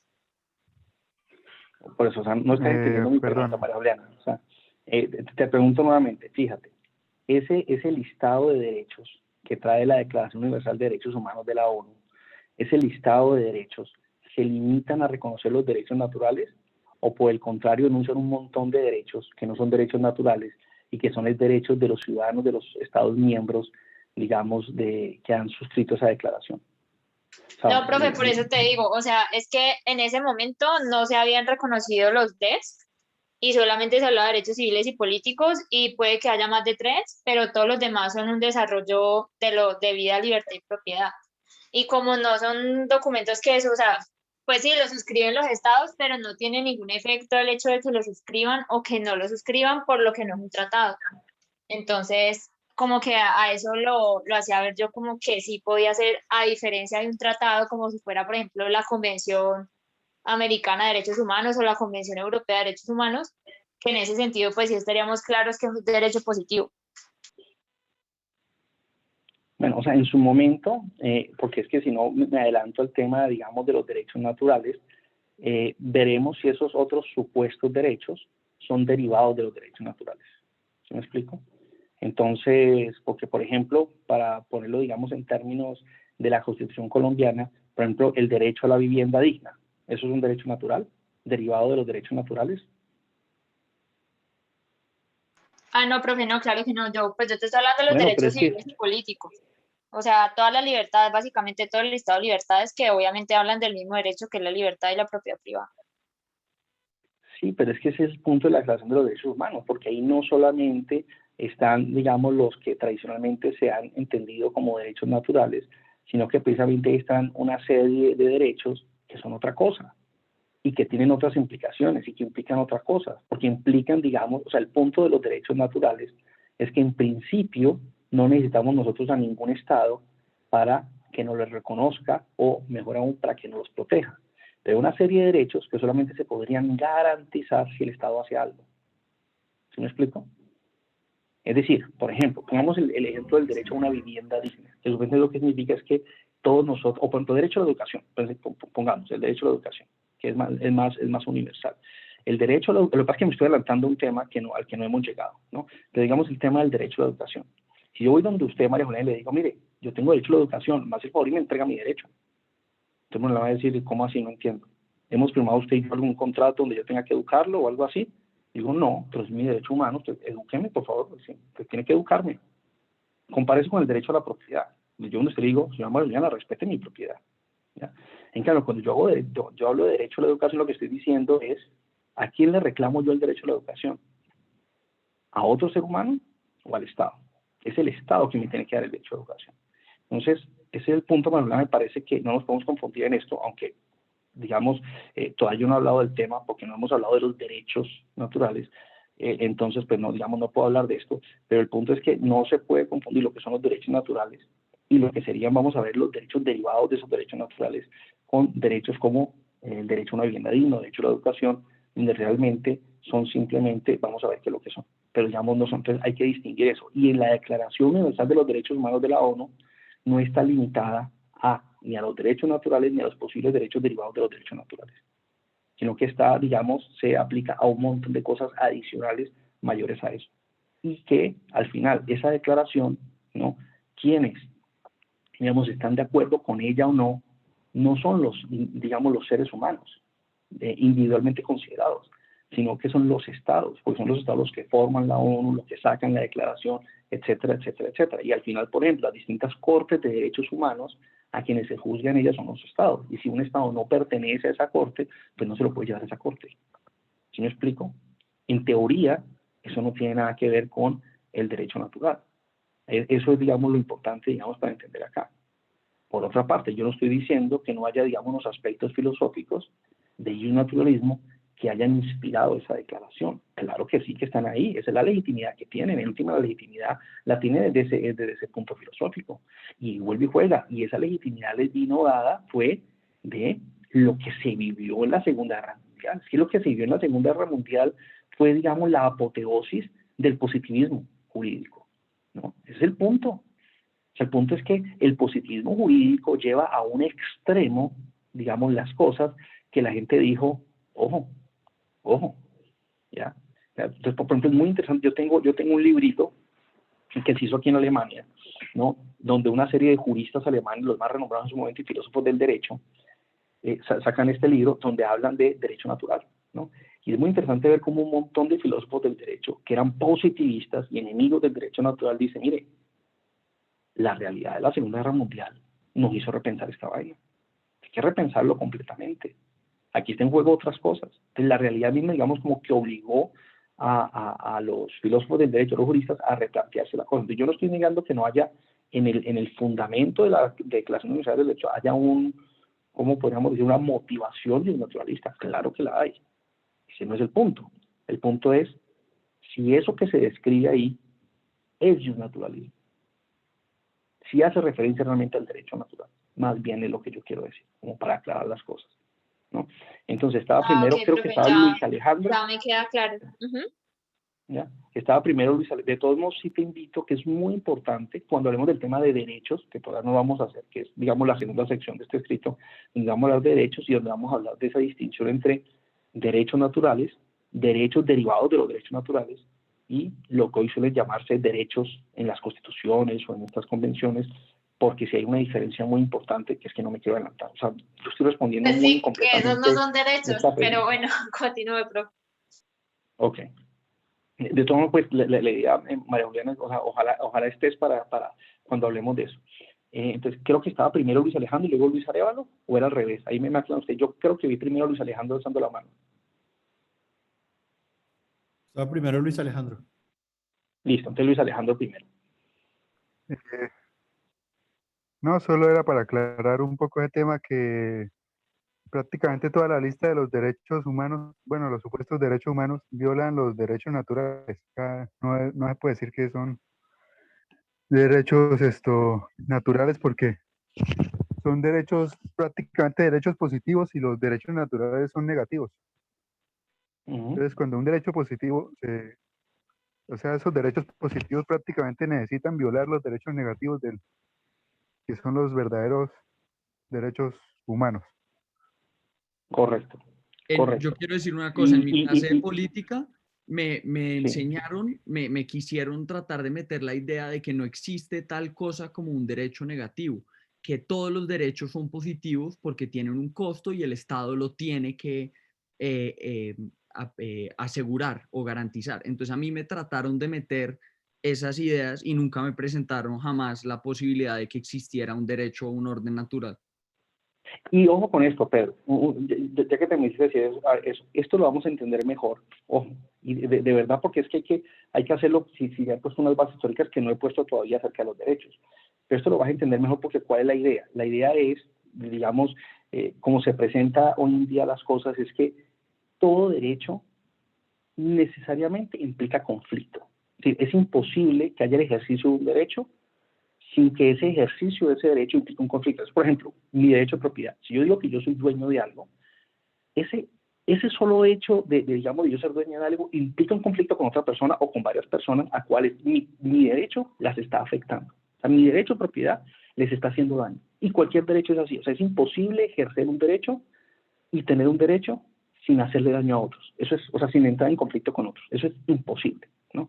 Y en ese sentido, la labor del Estado, digamos, es servir de árbitro en ese conflicto de intereses y tratar que ese conflicto de intereses que implican los derechos sea lo más armonioso que se pueda, ¿no? Entonces, hoy, digamos, ese es el marco interpretativo. Desde ese marco interpretativo que en su momento explicaremos de dónde viene, ahorita no lo estoy sino describiendo, obviamente ocurre lo que estás diciendo. Todos los derechos son de ese estilo y hace referencia, digamos, digamos, a lo que llaman de la libertad positiva. Todos, absolutamente todos, ¿no? Ahora, ¿de dónde viene esa idea y por qué viene esa idea? No lo he dicho ni lo he explicado porque todavía no hemos llegado allá, ¿no? Pero, digamos, hay ahí una serie, digamos, de ideas supremamente peligrosas y falsas, ¿no? Las estamos anunciando sin mucha argumentación todavía porque todavía no estamos argumentando, digamos, ese punto, pero sí es importante que, bueno, que ya que lo mencionamos, tengamos claro hacia dónde vamos, ¿no? Hacia dónde vamos. Pero esta idea, digamos que, fíjense, nosotros estamos tratando de poner que la base es orden, ¿no? Y vamos a ver cómo los derechos hacen parte de ese orden.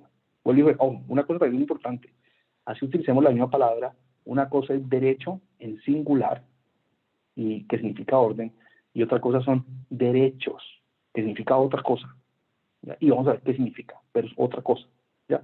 Y de hecho, del latín viene de dos palabras distintas. La palabra, lo que nosotros llamamos derecho, realmente hace referencia en latín, por ejemplo, a la palabra ius, donde vendría justicia, y la palabra derecho viene del verbo latino rego, que significa regir, de donde viene nuestro dirigir, que en latín también existe ese verbo. Entonces son palabras que hacen referencia, con conceptos que hacen referencia a dos realidades distintas, pero que se pueden relacionar. Y esa relación entre derechos y derecho natural, o entre derechos y orden natural, no la hemos hecho. Hay que hacerlo, y nos falta por llegar allá. Entonces, mucho de lo que estoy diciendo ahorita no lo voy a poder fundamentar como se debiera porque no me voy a adelantar, y no me voy a adelantar porque no me puedo adelantar, porque si me adelanto no tenemos los elementos para poder presentar el argumento como se debe presentar. Simplemente sepan que hay una cosa que vale la pena tener presente. ¿Listo? Muy bien, Luis, ahorita sí. Bueno, yo entiendo que estamos en el medio como de una argumentación, pero hay unas cosas que si no, definitivamente no puedo dejar pasar.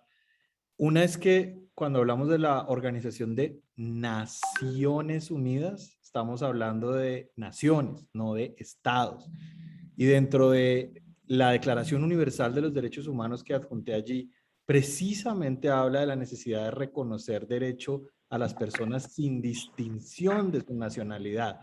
Luego, creo que esa claridad es meridiana porque ya en 3 ocasiones he escuchado un discurso como que ve con gran desconfianza cualquier proyecto integrador de la humanidad, como que no, es que eso es malo, está maluco que nos pongamos de acuerdo en unos principios y unos valores mínimos como el de la dignidad humana. Y recordemos el origen de los derechos humanos en la Carta Magna británica de hace muchísimo tiempo, en la Revolución Francesa, digamos, anteriores a la aparición de la Organización de las Naciones Unidas. Y de otro lado, pues señalar que hay dos formas de entender esa carta o esa Declaración Universal de los Derechos Humanos, que en últimas, pues quien niegue que eso ha traído cierto desarrollo a la especie humana, pues miércoles, va a tocar ver contra los datos. En últimas, hay dos formas de entender eso. Por un lado es una serie de principios, ¿no?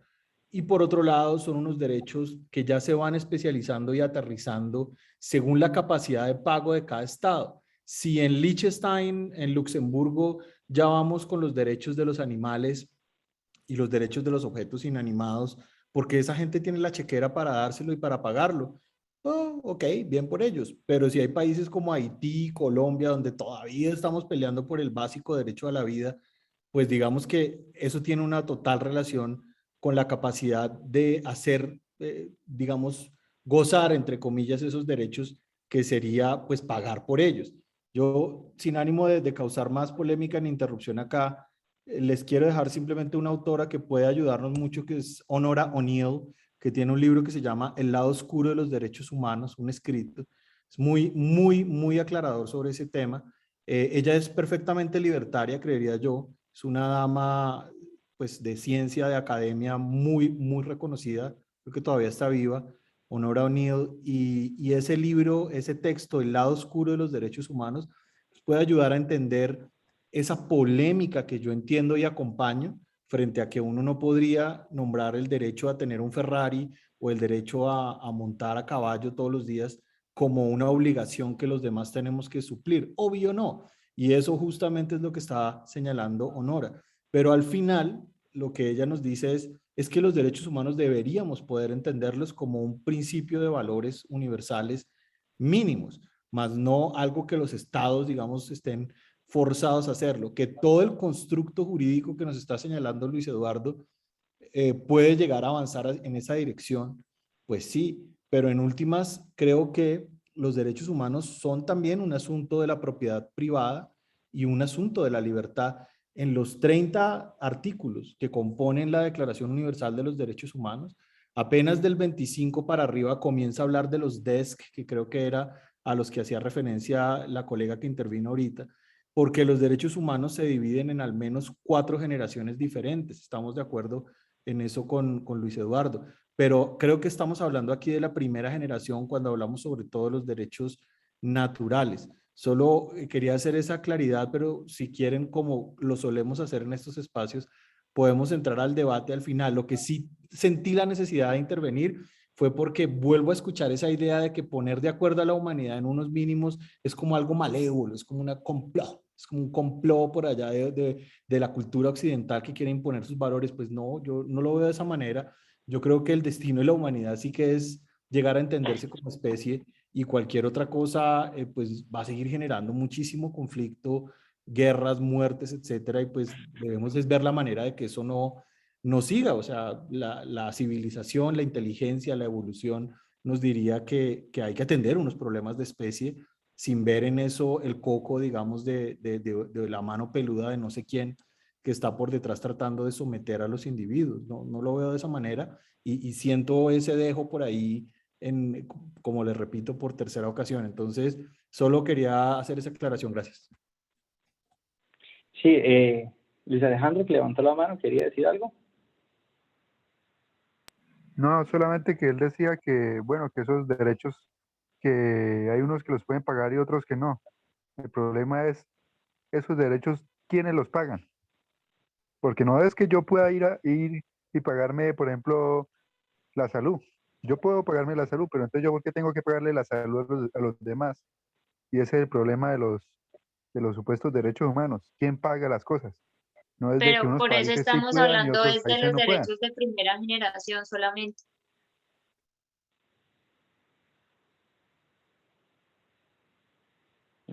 Bueno, entonces, lo primero, Luis, es muy importante lo siguiente, y es que no entiendes lo que yo digo, no entiendes lo que yo digo, ¿no? Yo no dije que yo creyera que no fuera posible, digamos, la unidad, o que no fuera necesario, digamos, la unidad, digamos, de los seres humanos.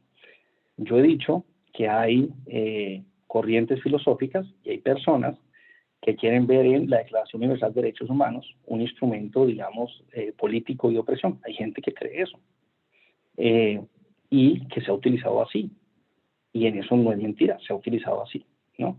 Entonces, desde ese punto, digamos, de vista, yo no estoy diciendo que esa sea mi opinión, estoy diciendo que hay gente que lo ve así, es lo primero. Yo no lo veo así. Yo, por el contrario, considero que precisamente el derecho natural es el punto de partida de toda posible unión humana. De hecho, es un proyecto que quiere ir, digamos, en contravía de la mayoría de escuelas filosóficas del presente, que ve que es posible descubrir unos principios racionales y un orden racional válido para todos los seres humanos en todo tiempo y en todo lugar. Ese es precisamente el proyecto del derecho natural. Es decir, o sea, evidentemente yo lo que estoy proponiendo acá es que el derecho natural, el orden natural de los hombres, es aquel orden o aquel, digamos, principios que nos une a todos como especie, ¿no? Y que a partir de él podemos nosotros descubrir no solamente cuál es ese orden, sino cuáles serían esas reglas, como dice Fran Bandún, esos patrones, esas leyes naturales que garantizan ese orden y que es la base, como lo vamos a ver en su momento, para todas nuestras relaciones, ¿no? Y para que haya esa unidad y esa integridad. Por eso Fran Bandún llamó también a este derecho natural con una expresión que a mí me parece bellísima, que es el orden de la convivencia. Y hay unos principios racionales universales que nos permiten como hombres convivir. Así tengamos muchísimas diferencias, así tengamos diferentes religiones, diferentes moralidades, diferentes visiones acerca de lo que es bueno y de lo que es malo. Todas esas diferencias que hay entre nosotros, ¿no?, pueden encontrar un punto de partida de unión en la que todos estemos de acuerdo.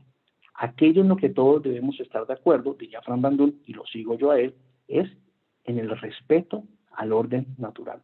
El respeto al orden natural son aquellos principios, ¿no?, que van a permitir esa convivencia armoniosa y pacífica de los hombres en medio de la diferencia. Entonces, de parte mía, no hay ningún dejo, ¿no?, al deseo de que haya una unidad universal de los hombres en relación con esos principios. No hay ningún dejo, ¿ya? Ahora bien, esto no niega que haya personas que no crean que haya un orden natural y que en toda teoría jurídica no vean sino el deseo de utilizar esos conceptos jurídicos para oprimir. Hay gente que ve las cosas así. Yo creo que están equivocados y yo creo que se equivocan. Y el hecho de que hayan ciertas teorías jurídicas o ciertas presentaciones jurídicas que hayan servido para oprimir no significa que todas lo sean así. Entonces hay que distinguir entre lo que yo creo y entre lo que dije yo claramente. Hay gente que cree, yo no, y yo sí estoy de acuerdo con ese proyecto de unidad. Ahora bien, ya te doy la palabra, Cristian. Ahora bien, de ahí a que yo vea en la Declaración Universal de los Derechos Humanos un avance, ¿no?, en esa dirección del proyecto de integración, es otra cosa muy diferente. No hay ningún avance. En primer lugar, ¿ya?, la Declaración Universal de los Derechos Humanos y de la ONU podrá ser todas las naciones que sean, pero quienes crearon la ONU no fueron naciones, fueron estados, ¿ya? Quienes crean la ONU son estados. Quienes financian la ONU son estados, a través de los impuestos que les cobran a sus ciudadanos. No son naciones, ¿ya? Pero no solamente eso, sino que la principal forma, ¿no?, del Estado contemporáneo y tradicional de la modernidad es el Estado de Nación. Es el Estado que se asume ser el representante de una nación. En otras palabras, en la teoría contemporánea del Estado se quiere, en último término, digamos, borrar esa distinción entre nación y Estado, ¿ya? Por eso habla de los Estados-nación, que es la característica, digamos, unas características fundamentales de los estados del presente. De hecho, esa es la justificación para la creación de muchos nuevos estados, donde dicen, mire, nosotros tenemos una identidad nacional, nosotros necesitamos un estado independiente. Por ejemplo, en las discusiones que se daban al interior, por ejemplo, de el estado austrohúngaro antes de la Primera Guerra Mundial. Había un montón de etnicidades, de nacionalidades que decían, nosotros no queremos pertenecer a ese estado, nosotros queremos tener nuestro propio estado, porque es nuestra identidad nacional, ¿no?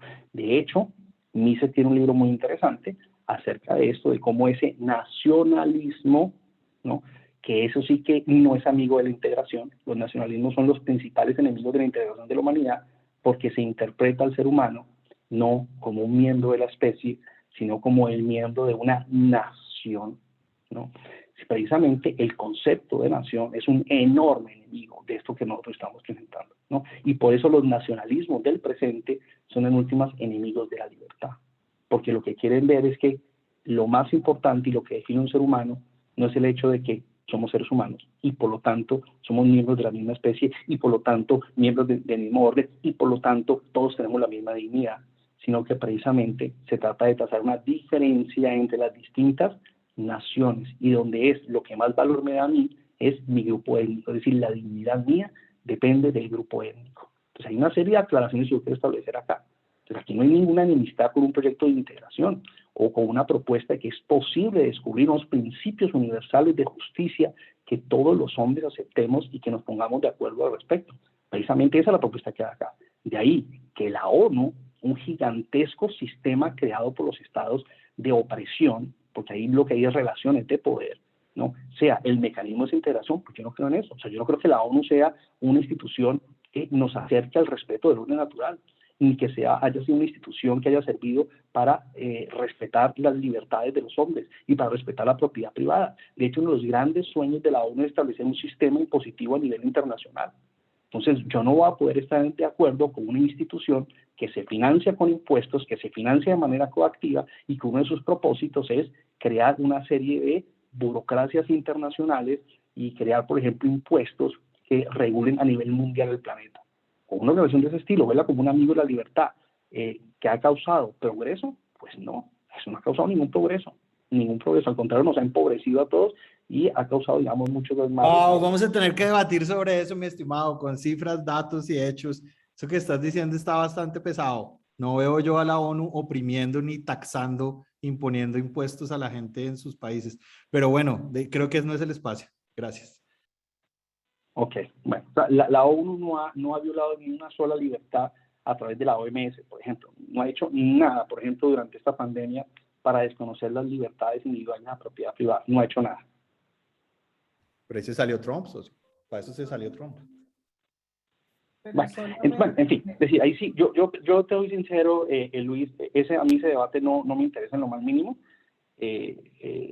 Participar pues de él porque es decir, o sea, pensar que la ONU es una institución de avance de la libertad me parece tan disparatado y tan contraevidente que, es decir, es como, o sea, ese sería pues un debate que a mí no me interesaría, que si a otro le interesa, está invitado al debate y ya digamos cada uno de los participantes juzgará, ¿no?, a la luz de los argumentos y de la razón, si la ONU es un amigo de la libertad y un medio idóneo para ser más libres, o por el contrario, la ONU es un mecanismo de opresión de los pueblos que se financia a través de los impuestos que los distintos estados cobran a sus ciudadanos.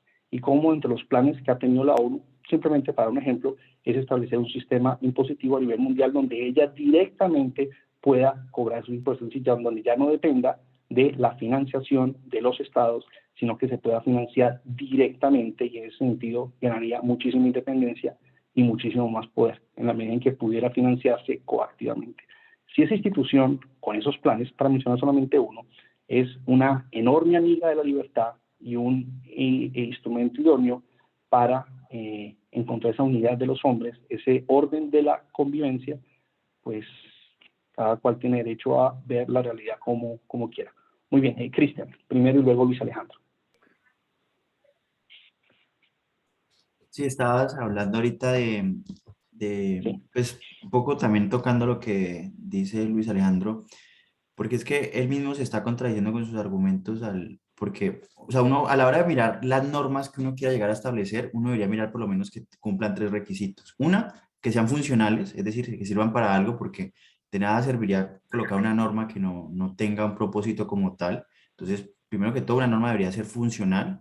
Dos, si queremos que sea éticamente correcta, pues debería ser simétrica, es decir, lo que es de A para B, también es de B para A, ¿cierto? No debería ser solo que en un sentido tiene sentido, en un sentido funciona y en el otro no funciona, ¿cierto? Y además de eso debería ser universal, es decir, igualmente aplicables para todos. Pero si unos pueden hacerlo porque tienen los recursos y otros no tienen recursos para hacerlo, entonces significa que no son leyes que de entrada puedan ser universales, porque implica que solamente los que tienen capacidad económica para hacerlo lo podrán llegar a hacer y por lo tanto no hay forma de juzgarlo. Entonces si uno empieza a coger las normas que aparecen en los derechos de humanos, que de hecho yo considero que es un pleonasmo, es una forma de, porque derechos únicamente se le atribuyen a los seres humanos, o sea, no hay necesidad de decir derechos humanos porque en realidad eso es un pleonasmo claramente, o sea, es una forma de adornar el lenguaje y decir lo mismo 2 veces, que no es necesario, o sea, los derechos son simple y llanamente humanos, entonces no es necesario decirlo. Y si uno empieza a analizar, sobre todo creo que a partir del derecho número 7, empieza a mirar estos derechos que aparecen en la Declaración de Derechos Humanos, bajo esos 3 criterios, que son el de universalidad, reciprocidad y funcionalidad, uno encuentra claramente que ninguno pasa de eso, o sea, después de que hablamos, empiezan a volverse colectivos, la realidad es que ninguno pasa de esos criterios y simplemente eso hace que no sean éticos y que realmente, pues, simplemente lo único que han hecho es empoderar a los estados para ayudarlos a tener más poder, cobrar más impuestos y hacer lo que ellos han querido hacer. O sea que en últimas lo único que han logrado es empobrecernos y crear más poder para ellos, es decir, hacer un monopolio de la fuerza mucho más potente y que por lo tanto las libertades sean las que se vean afectadas y que la calidad de vida de las personas no sea tan buena como pudiera haber sido. O sea, sí, es verdad que hoy estamos en una condición muy buena, pero podríamos estar muchísimo mejor si estas ideas no se hubieran popularizado y no se hubieran imprimido de la forma en la que nos obligaron a vivirlas. Sí, y estoy de acuerdo con todo lo que has dicho, Cristian, y simplemente yo añadiría una cosa, y es que estamos hablando de derechos y no hemos hecho planteamiento conceptual de acerca de los derechos. Fíjense que no hemos llegado allá, entonces hay ciertas cosas que yo sí, para poder hablar como más a fondo y más coherentemente, quisiera como esperar ese momento cuando hablemos de los derechos, porque todavía no hemos dicho que es un derecho, y no solamente no hemos dicho que es un derecho, no hemos dicho que es un derecho natural, ¿no? Y no solamente no hemos dicho que es un derecho natural, sino más importante, no hemos dicho la relación entre los derechos naturales con el orden natural, para no utilizar pues la misma expresión. Es decir, recuerden, una cosa es, por eso el título, digamos, de este escrito que yo les propongo se llama Derecho Natural y Derechos Naturales, porque no es lo mismo el derecho natural y los derechos naturales, son conceptualmente bien distintos y tenemos que ver esa relación, ¿no? Aunque estoy de acuerdo con todo lo que has dicho y en su momento, digamos, vamos a llegar allá. Sin embargo, a mí sí me parece importante decir que no da lo mismo declarar cualquier cosa. Es decir, o sea, el punto es que si estamos diciendo nosotros, y eso lo vamos a entender mejor dentro de 8 días, cuando hablemos de esto, ¿no? Acerca del derecho positivo. Yo pensé que de pronto íbamos a alcanzar a hablar del derecho positivo, pero como vamos nosotros sin afán, y vamos al ritmo y que nos da el tema, eso digamos, no me afana. Perdón, a propósito, antes de que se me olvide, yo la próxima semana, por asuntos pues profesionales, yo no puedo hacer ninguna, no puedo participar en ninguna de las 2 clases, ¿no? Entonces, dentro del próximo lunes no habría clase de Derecho Natural y nos veríamos en 15 días, o en 15 días continuaríamos. Entonces, en 15 días, pero la próxima semana sí va a haber, digamos, la clase los jueves, porque ahí está el profesor Dusan y él la va a hacer. Entonces, dentro de 15 días vamos a hablar y vamos a empezar con ese tema, hasta muy bien que le podamos dedicar una clase a ese tema, que es el tema del derecho positivo. Pues yo creo que ahí se van a aclarar muchas de las cuestiones que estamos distinguiendo y en qué sentido creo yo que realmente esa Declaración Universal de Derechos Humanos, aunque quiere presentarse como fundamentada, digamos, en un discurso naturalista, es realmente expresión del derecho positivo y lo que eso significaría.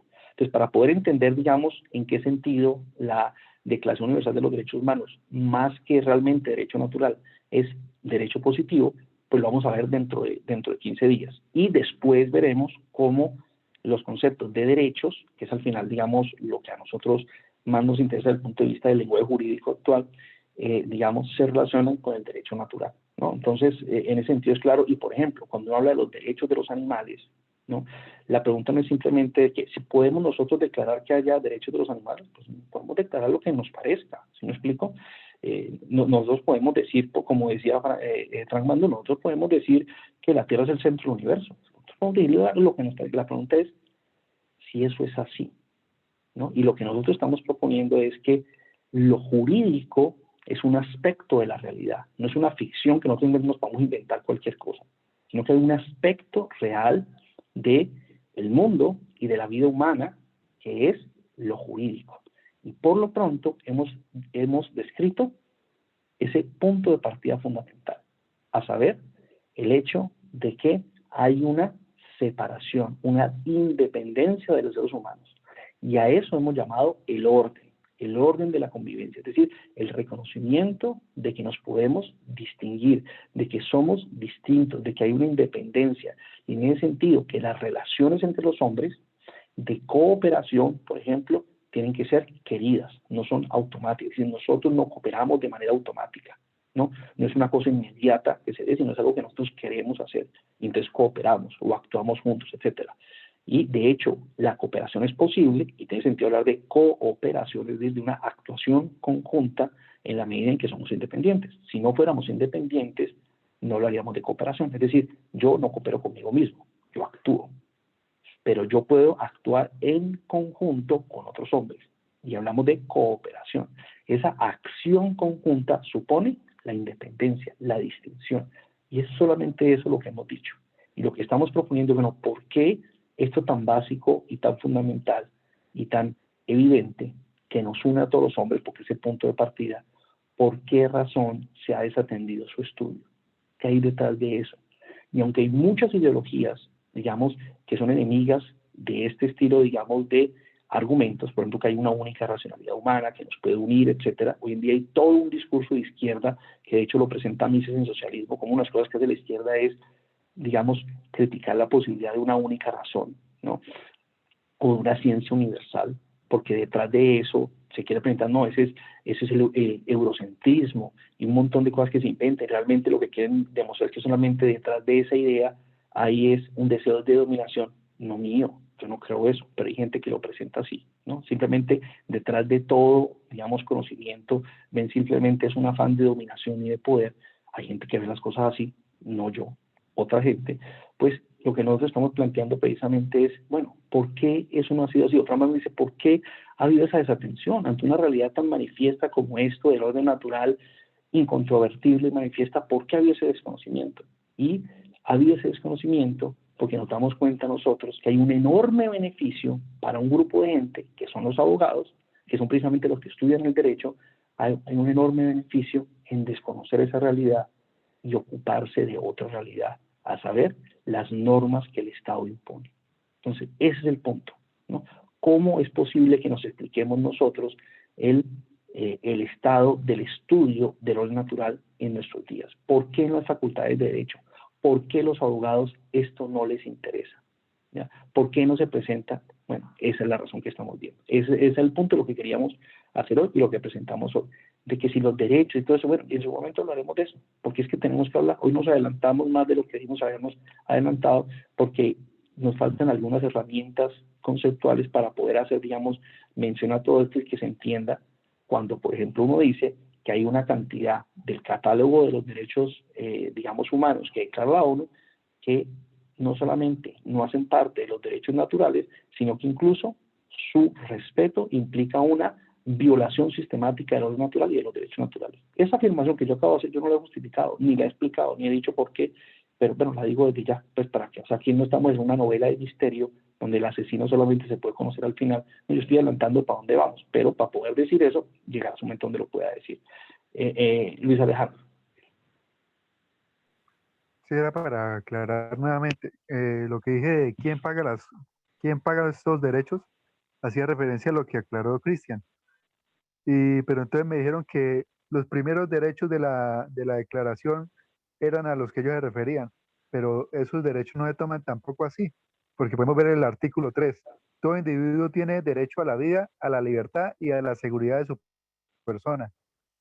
Ese artículo, ¿cómo lo toman usualmente? Ese derecho a la vida, ¿cómo lo toman usualmente? Digamos que una persona eh, se amarra con unas cadenas en una universidad para pedir que aumenten el presupuesto de la educación. Y esa persona dice, no, no voy a comer más hasta que no cumplan esa petición. Y ahí esa persona dice que están atentando contra su derecho a la vida porque porque si no come va a morir. Y el Estado tiene la culpa porque no vigila ese derecho a la vida. Entonces, de la forma en que toman esos derechos, hace que esos derechos se conviertan en una forma positiva que nada tiene que ver con el derecho natural. Entonces, Por ejemplo, esa era la aclaración que iba a hacer. Y estoy completamente de acuerdo en lo que estás diciendo, Luis Alejandro. Ya te pongo un ejemplo y con esto yo creo que podríamos terminar para tratar de ilustrar sin explicarlo de pronto lo que estamos hablando, adelantándonos esto, es lo siguiente. Por ejemplo, uno de los derechos que reconoce la Declaración Universal de los Derechos Humanos es el derecho que toda persona tiene a una nacionalidad, y se entiende nacionalidad como ser ciudadano de un Estado. Entonces, toda persona, a nadie se le puede negar el hecho de ser ciudadano. En últimas, porque es que si uno no es ciudadano de un Estado, pues no tendría uno prácticamente derecho alguno. Es decir, uno tiene derechos es porque uno es ciudadano de un Estado. La pregunta es, ¿por qué para yo tener derechos, ¿no?, tengo que ser ciudadano de un Estado? ¿Por qué necesariamente tengo que ser así? ¿No? Fíjense ustedes, hay una película que me parece muy interesante en ese aspecto, ¿no?, que es una película que se llama La Terminal, ¿cómo se llama?, donde sale Tom Hanks. No sé si se la han visto. Pero la historia básicamente es de un señor que está viajando pues a Estados Unidos, llega al aeropuerto y resulta que durante el viaje, ¿no?, que él ha tenido, el país de donde él viene, cayó una guerra civil, ya no me acuerdo, todo es que ese país se acabó. Entonces, en el momento en que él llega, como ese país ya no existe, pues el pasaporte de él no vale nada. Es decir, él no es ciudadano de ningún país porque no hay ningún país de donde él sea ciudadano. Entonces, como su pasaporte no es válido y él no es ciudadano de ningún país, pues están en una situación jurídica. Claro, aquí se está caricaturizando todo, pero digamos el punto es que como él no tiene un pasaporte válido ni es ciudadano de ningún país, pues él no puede entrar a Estados Unidos. Entonces le toca pues quedarse viviendo dentro del aeropuerto, y entonces él empieza a trabajar, ¿cierto?, y hace plata, consigue novio, bueno, un montón de cosas que cuentan en esa película de cómo una persona pues vive dentro del aeropuerto. Pero lo interesante, digamos, no desde el punto de vista jurídico no es eso, sino es entender cómo dentro del esquema conceptual se entiende que si uno no es ciudadano de un país, entonces uno no podría entrar, no podría comprar, no podría vender, no podría. Es decir, yo puedo actuar y puedo tener derechos, sí, solo si primero soy un ciudadano, ¿no? No si yo soy hombre, no si yo soy un ser humano. Ese es el punto, ¿ya? O sea, el punto es ese. El punto es, si la condición de ser ciudadano es la que a mí me da derechos, o es el hecho de yo ser hombre. Es decir, por naturaleza tengo ciertos derechos. Ahora, tener ciertos derechos es lo que tenemos que explicar que son derechos. Por ahora no hemos hablado de eso y no me voy a adelantar a hablar de eso, pero sí podemos hablar de lo que sí hemos hablado, y es que por el hecho de ser personas, fíjense ustedes, podemos nosotros, ¿qué?, distinguirnos. La sola realidad de ser personas, ¿no?, que es un punto de partida, un principio evidente y manifiesto, implica que nos distinguimos los unos a los otros. Y desde el punto de vista jurídico, ese es, digamos, el aspecto fundamental, al reconocer esa posibilidad de distinción, de independencia, de separación. Ahí no hay confusión, ¿no? Ahí hay que orden. Yo puedo distinguir a Andrés, lo puedo distinguir de Pedro, puedo distinguir las acciones de Andrés de las acciones de Pedro, puedo distinguir lo de Andrés y lo de Pedro, lo mío, lo tuyo, y esas distinciones de lo mío y lo tuyo, y por lo tanto lo debido, lo que se le debe a cada cual, son unas distinciones, digamos, que están describiendo una realidad del mundo. Si hemos entendido eso, hemos entendido lo que yo quiero decir. Si no se ha entendido la relación de esto con los derechos y con la Declaración Universal de los Derechos Humanos, no hay problema. De eso vamos a hablar en detalle, ¿no? O sea, hoy nos adelantamos un poco, pero bueno, no importa que nos adelantemos. Pero si se ha entendido, ¿qué entendemos, por ejemplo, por orden natural? Y cómo ese orden natural lo vamos a llamar el orden de la convivencia. ¿Y por qué va a ser el orden de la convivencia? Pues estamos entendiendo. Y el punto que quería, digamos, presentar hoy era por qué razón ese orden natural tan claro, tan sencillo, tan evidente, digamos, se ha descuidado su estudio. Tanto en las facultades de Derecho desde el punto de vista académico como en la práctica profesional de los abogados. Ese es el punto, digamos, de lo que quería hablar hoy y creo que hemos hecho una buena conclusión, pues, digamos, de este asunto.